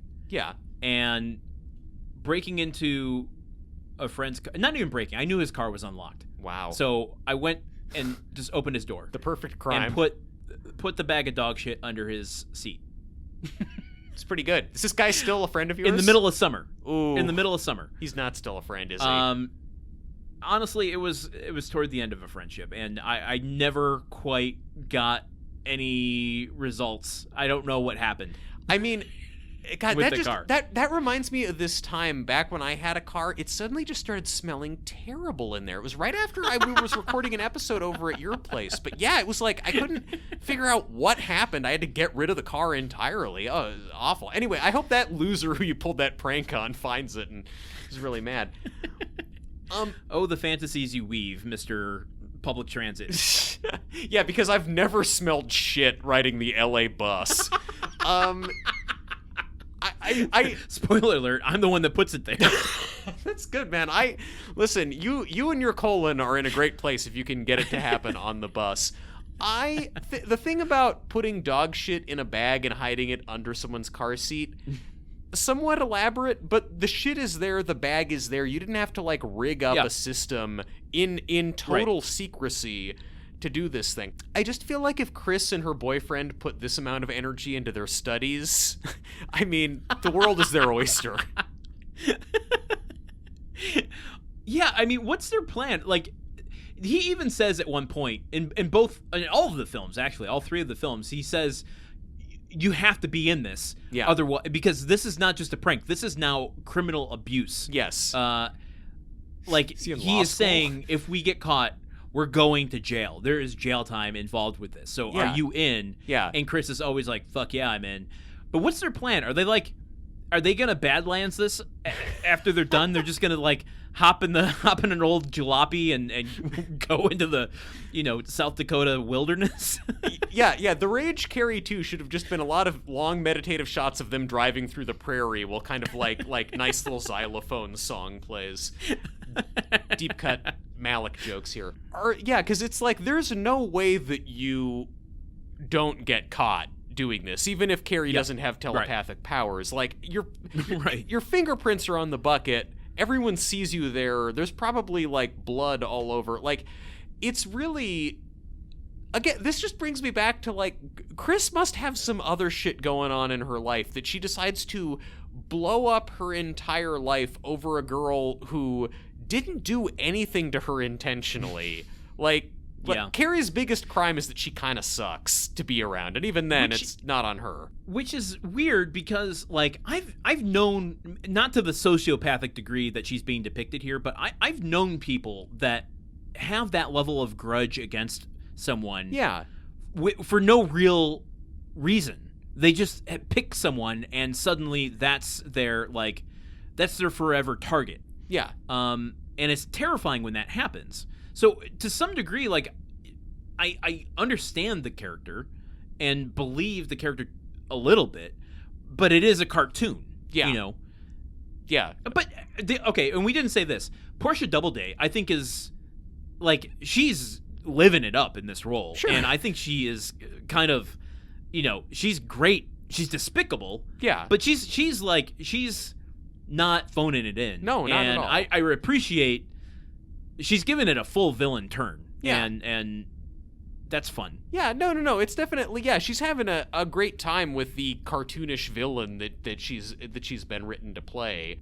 And, you know, I mean, again, you really do hit kind of a level, and I guess this happens in both versions of the movie that I've seen, where it's like, you've dumped blood on the girl, she has then set fire to the entire gym, you're driving down the street and you see her, and it's like, fuck it, let's run her over. Let's just do a total hit and run. It's like, okay, I'll grant you, Chris, you are really committed to that. You have picked your enemy, and there you go. Yeah. And listen, it doesn't occur very often, because I have no evidence for this, but I feel like my birthday is the day that have the least amount of birthdays on it. So when I encounter someone that I share a birthday with, I find it pretty special, and I share a birthday with Portia Doubleday. Oh, good for her. Well, and good for you. Being good for us. Yeah, good for us. Way to be born at the same time.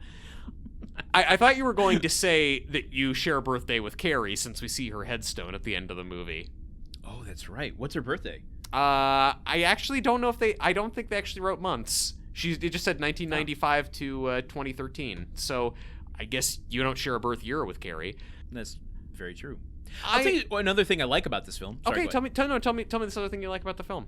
The other thing I like about this film is when Carrie starts using her powers. I don't like how she's using her powers. Like the performance of it. I don't approve of her killing all those people. If she used the powers to just like pet kittens or feed the homeless, it would be great. No problems there.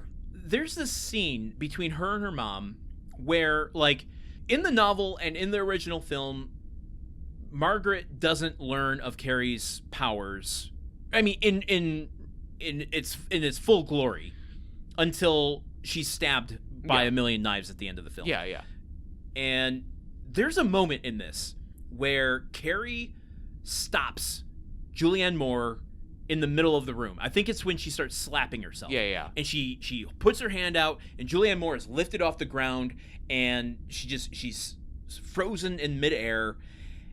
And it's just such a brilliant moment of Julianne Moore and the character completely denying the situation. Mm-hmm. Like, she's off the ground, she sees Carrie controlling whatever's happening here, and she doubles down on her beliefs and, like, you know, sin, devil, everything's happening, like, not doing everything she can to not acknowledge what is happening in front of her. Yeah. And it's such I know, it's a unique scene that I don't feel like you see very often that mirrors, or that marries the depth of character and the, like, plot devices that are happening. Just that she is, like, kind of everything she's feared, like all of this supernatural stuff that she's so worried is out there in the world and these forces of evil, she's actually confronting them head on and having this test of herself and doesn't know how to react in this moment. Yeah, or it just is lying to herself to such a degree. Mm-hmm. Like, using... I think we, the audience, though we've seen and suspected it throughout the whole film, in this moment just really see how much she's using religion as a shield to, you know, reject her own reality that she's living in. Yeah. It's again, like, every scene that she's in, she is the best part of it, I feel like. Yeah. Well, before we wrap up, I think we should at least, like, wrap up with the movie. Carrie freaks out and kills everybody at the prom, and then, Chris tries to run her over in the car, and she blows up the car in spectacular fashion, and then goes back to the house and, stabs her mom with her mind. And then Sue Snell shows up, who has, been the one who set her up with the Gort to go to prom and feels bad about everything. And Sue comes in, and then Carrie is, like, talking to her as the house is falling down, and she's, like, got her held in a telepathic way because she thought that Sue was part of this whole plot to humiliate her. And then Carrie, like, realizes that Sue is pregnant. She says, oh, it's a girl, and then flings her back safely out of the house, and then the house gets crushed by a rain of stones. And yes. This is another thing that, like, was intriguing, and I wish there'd been more with this. When Sue is first talking to Chris, when Chris is, like, saying we need to all, like, boycott the prom or whatever, Sue is saying, no, we need to just let it go. And Chris is saying, oh, because you've been fantasizing about your big prom night, you and Ansel Elgort are gonna, you're gonna lose your virginity to him, and you're, like, planning out the noises you're gonna make in bed. And it was like, oh, this is interesting. Okay, this is a different girl's journey into womanhood and a different female rite of passage. And, like, okay, interesting, nice. Well, nothing is really done with that. I'm not even fully sure of when she gets pregnant in the movie. I don't remember. The thrusting. It's her. The thrusting. The thrusting is her. Okay, it's not. Okay, it wasn't a Chris with the thrusting. No, it was not Chris. No. But the pregnancy just kind of ultimately serves no purpose. Well, sequel. God, yeah, probably, right? Oh, God. What, are you saying that Ansel Elgort has, or, like, did Carrie infect her with witchcraft, or? I don't know. They'd come up with some excuse of, like, oh, yeah, because she was in proxy to telekinesis, like, some of her powers got transferred over to who the fuck knows. But I will say, just on a quick side note, the 2002 version, Carrie actually lives, and the intention was that it was going to do a spin-off series with Carrie and Sue Snell going to live in, Miami, I think it was, and they become cops, starting a new life together. And I hated the 2002 version, but there was something I'm like, oh, I could see, like, a Buffy-era version of Carrie working on the CW in a way that would be somewhat entertaining. The way that, like, Dead Zone worked on the USA Network. Yeah. Like, I could see that. Yeah. I mean, wasn't Dead Zone around the same time? Do you think this is just like Dead Zone worked? What if we did a Dead Zone with Carrie? Yes. Yeah, exactly. And I'm like, I'd check out a couple episodes of that. I'd check out the Shining TV series where it's like White Lotus, and every episode it's like, who's the caretaker this week? Oh boy. This week it's Clue. That might Gulager. be your best idea yet. But anyway, they so the house gets crushed by stones and shit. That's bad. Yep. Hate when that happens. And then Carrie dies. I hate when that happens. And then it's just like the very last scene is there's like some kind of public inquiry where Sue Snell is testifying about what happened, and then it's her visiting the graveyard and talking about what happened with Carrie. And she has this quote, the last line of the movie is Sue Snell is looking at Carrie's grave. She had hopes and she had fears, and we pushed her, and you can only push someone so far before they break. And then as she walks away from the headstone, it, like, rumbles and cracks menacingly in a very poorly CGI'd shot. Yeah. With a Carrie scream. Yeah! That's like the opening credits to CSI Miami.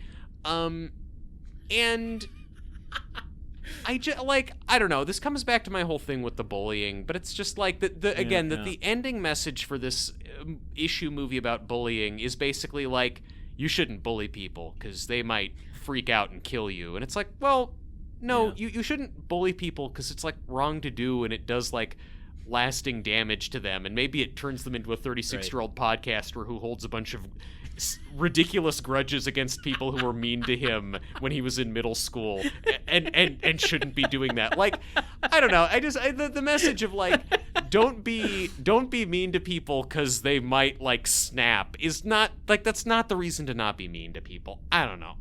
Yeah, that's completely valid. And yeah, this is kind of such a unnecessary coda to the film. Yeah, I mean, what I like from what I've having not read the book, but what I like the excerpts that I've read just from my interest in it, that like so much of the book is kind of about, there's a lot of stuff in the aftermath of like the government being like, what the fuck happened? Like hundreds of people died, and like and people, like society, trying to explain what happened with Carrie? The whole book is told through interviews and through news articles, and it kind of goes backwards and forwards through time to a degree of people trying to piece together the Carrie story. Yeah. It's not told like a traditional narrative, and I think that's what this is kind of alluding to at the end here when she's giving her testimony. Yeah. I'm glad none of the renditions have attempted to do. 2002 kind of tried to do that, but I think that would be just such an eye-rolly way to do it as a movie. So I'm glad they didn't. And this is an improvement over the book. I think the book's fine. The book is fine. Wow, the thing that launched a man's entire career as the most popular author in America. It's fine. It's all right. The book is fine. It's no The Shining. He's got better work. Let me put it that way. That's fair.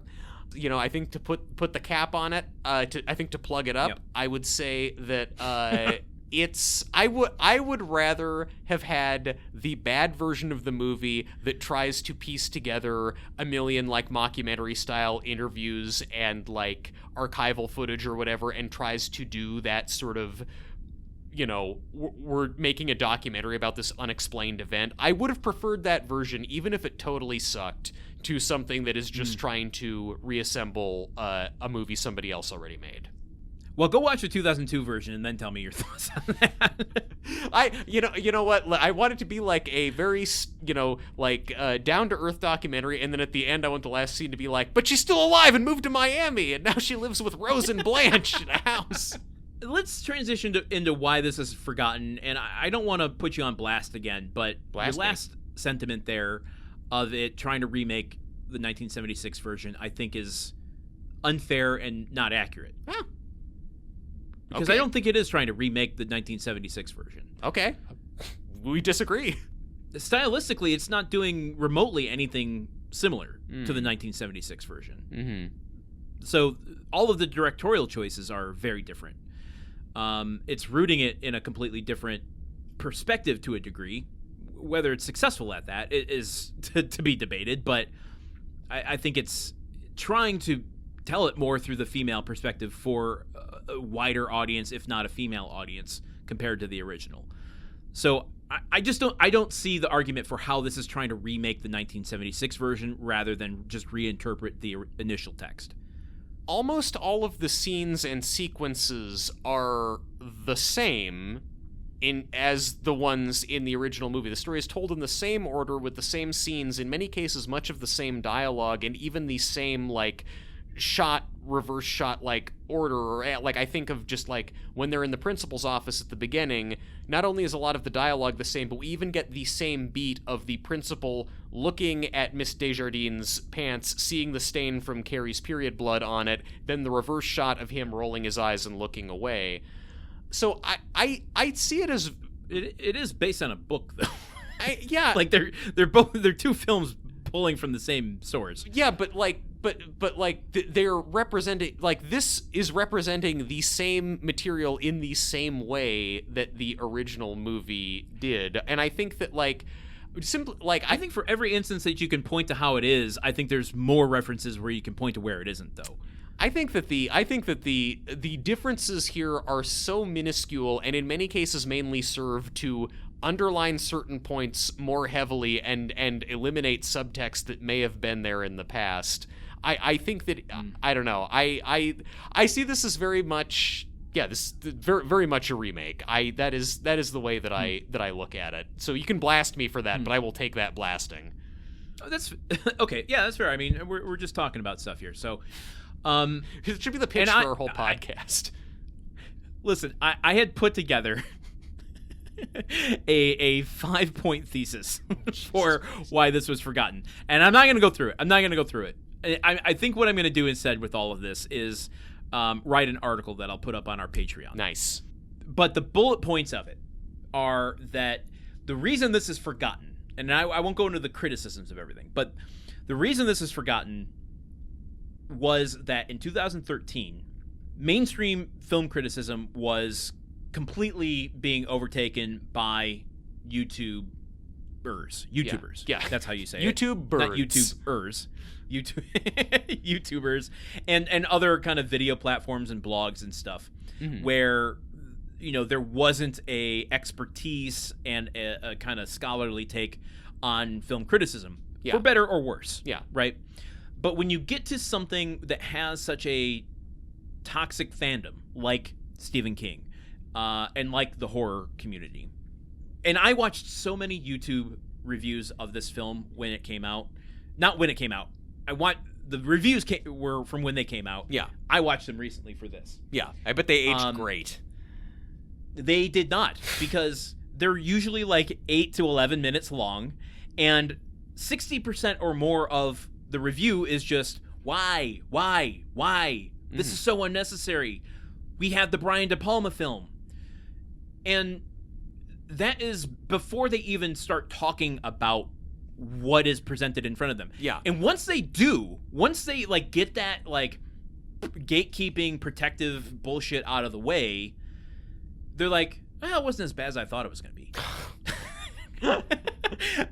And it's like, well, then what the fuck are you doing? So the reason this is forgotten is that there's a whole community of people that were dismissing it before even engaging with it. And because of the influence that was coming up at the time through those channels rather than mainstream criticism, you are suddenly influencing so many more audience members to go, well, the trailer has been just thrown in my face for so long, and I'm kind of annoyed by that. And all of these people are saying it's unnecessary. Maybe I'm not going to go see it. And so it just kind of gets dismissed and not taken seriously in terms of talking about it and entering into the canon to a degree. And I am a little frustrated and resentful of that, because Brian De Palma is someone who benefits so much from quote unquote the canon, as well as being someone who helped create the idea of the canon to begin with, that it's not making any space for changing how we tell these sorts of stories and who gets to tell them. So that's why I find it so important that a female gets to tell this story. Now, how she gets to tell it and what we end up with, that is what we can take on its own merits, but I do find the importance of that to be more than enough reason to justify remaking this movie. I mean, in theory, let's let a woman do Carrie, and let's give her free reign to do whatever she wants, damn the torpedoes, and really, put her own spin on it. Yeah, that I can get behind. I think that my answer is to some degree the same as yours. I think this movie is forgotten because it just can't really justify its existence. I mean, at the end of the day... I do think it justifies its existence. I don't think it's necessarily good, but I think it justifies its existence. Yeah, I mean, and God bless you, man. We have differences and disputes occasionally. Sometimes we don't agree and aren't in agreement. I think that you've got a movie here that is not a new interpretation that stays closer to the source material than the original movie. It's not taking a dramatic departure from the source material. It is, I think, so similar to the original that there's not really a case for, if you are going to watch a version of Carrie, why are you going to choose this one over the original one? Like, there's not a and again, this is not that's where I get a little like, well, who are we to say? Like, and I get it, we have a podcast, we have to say something. But like, who are we to say the Brian De Palma version is the de facto version that you have to watch when this version might appeal to other people? I don't see why shutting down the opportunity for someone to watch it by saying it's not worth your attention. Well, maybe I'm doing circular logic on myself. The fact that this movie has been forgotten, that this movie was released into over 3,000 theaters, but it did not resonate with people and remain a part of the cultural zeitgeist in the way that the 50-year-old first movie did. you can't chalk all of that up to misogyny in the horror community. Like, a certain amount of that is just that the first movie simply is a better film than this one. And I think that this movie, like, benefits from the perspective of a female director, and this movie has some sequences in it that are, I think, better than ones in the original movie, but I think ultimately this movie just kind of, it falls apart in the shadow of the first movie, and it doesn't really make any, like, bold attempts to step outside it and differentiate itself from the thing that was there first and that, you know, got the acclaim and the Academy Award nominations.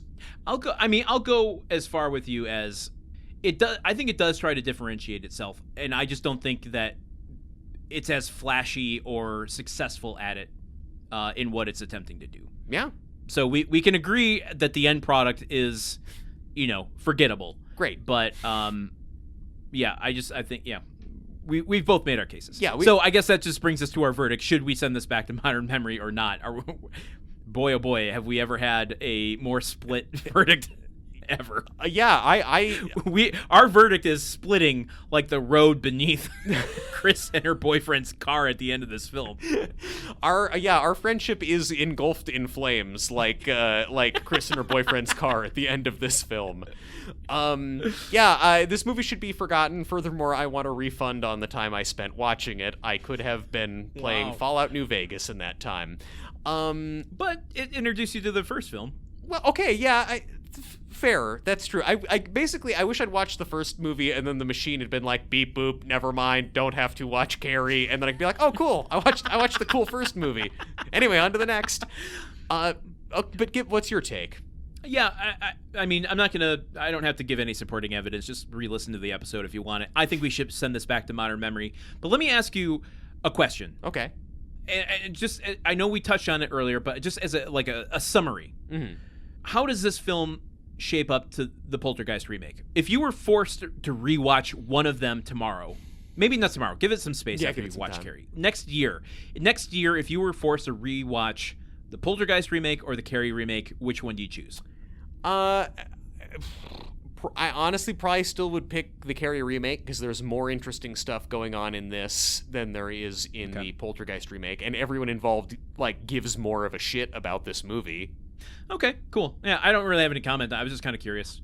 Yeah, and I mean, I think also a certain amount of that might also be, I think that I like the original Poltergeist more than I like the original Carrie, so part of the Poltergeist remake also bums me out because it's like, that movie misses the plot. That movie misses what makes the original better much harder than this one does. That movie, I think, was made with no understanding of why everyone still likes the original Poltergeist. Everyone involved with this has an appreciation for the source material, and that, you know, that shows. Well, despite having a differing opinion, I still like you. Oh, Landon. Well, yeah, I guess, same. I despite our differences, I like you too. No, it's just tough. Earlier when you were talking, I was so mad that we disagreed that I killed a pig and basically just don't look. I couldn't get the pulley all set up in your quarters on the machine. I was gonna do it tonight, but you know what? We've made amends. I won't do it. Good. Now we have some pig blood, so that's cool. Yum yum yum! Dinner time. Woo! All right. Well, let's wrap up this conversation and meet people back here next week for the mini transmission, where we will pull up some odds and ends that we didn't cover. Dirty pull-ups. Until next time, for Truman Caps, as always, I've been Landon Solano. And for Landon Solano, as always, I've been Truman Caps. Don't worry, we're still friends. Whoa! Movie Memory Machine is part of the Gruntwork Podcast Network. Join our Patreon at patreon.com/gruntworkpod to keep the machine running. Theme song by Porky's Groove Machine. Rate us on Apple Podcasts or wherever you listen. For more information on today's show, visit MovieMemoryMachine.com.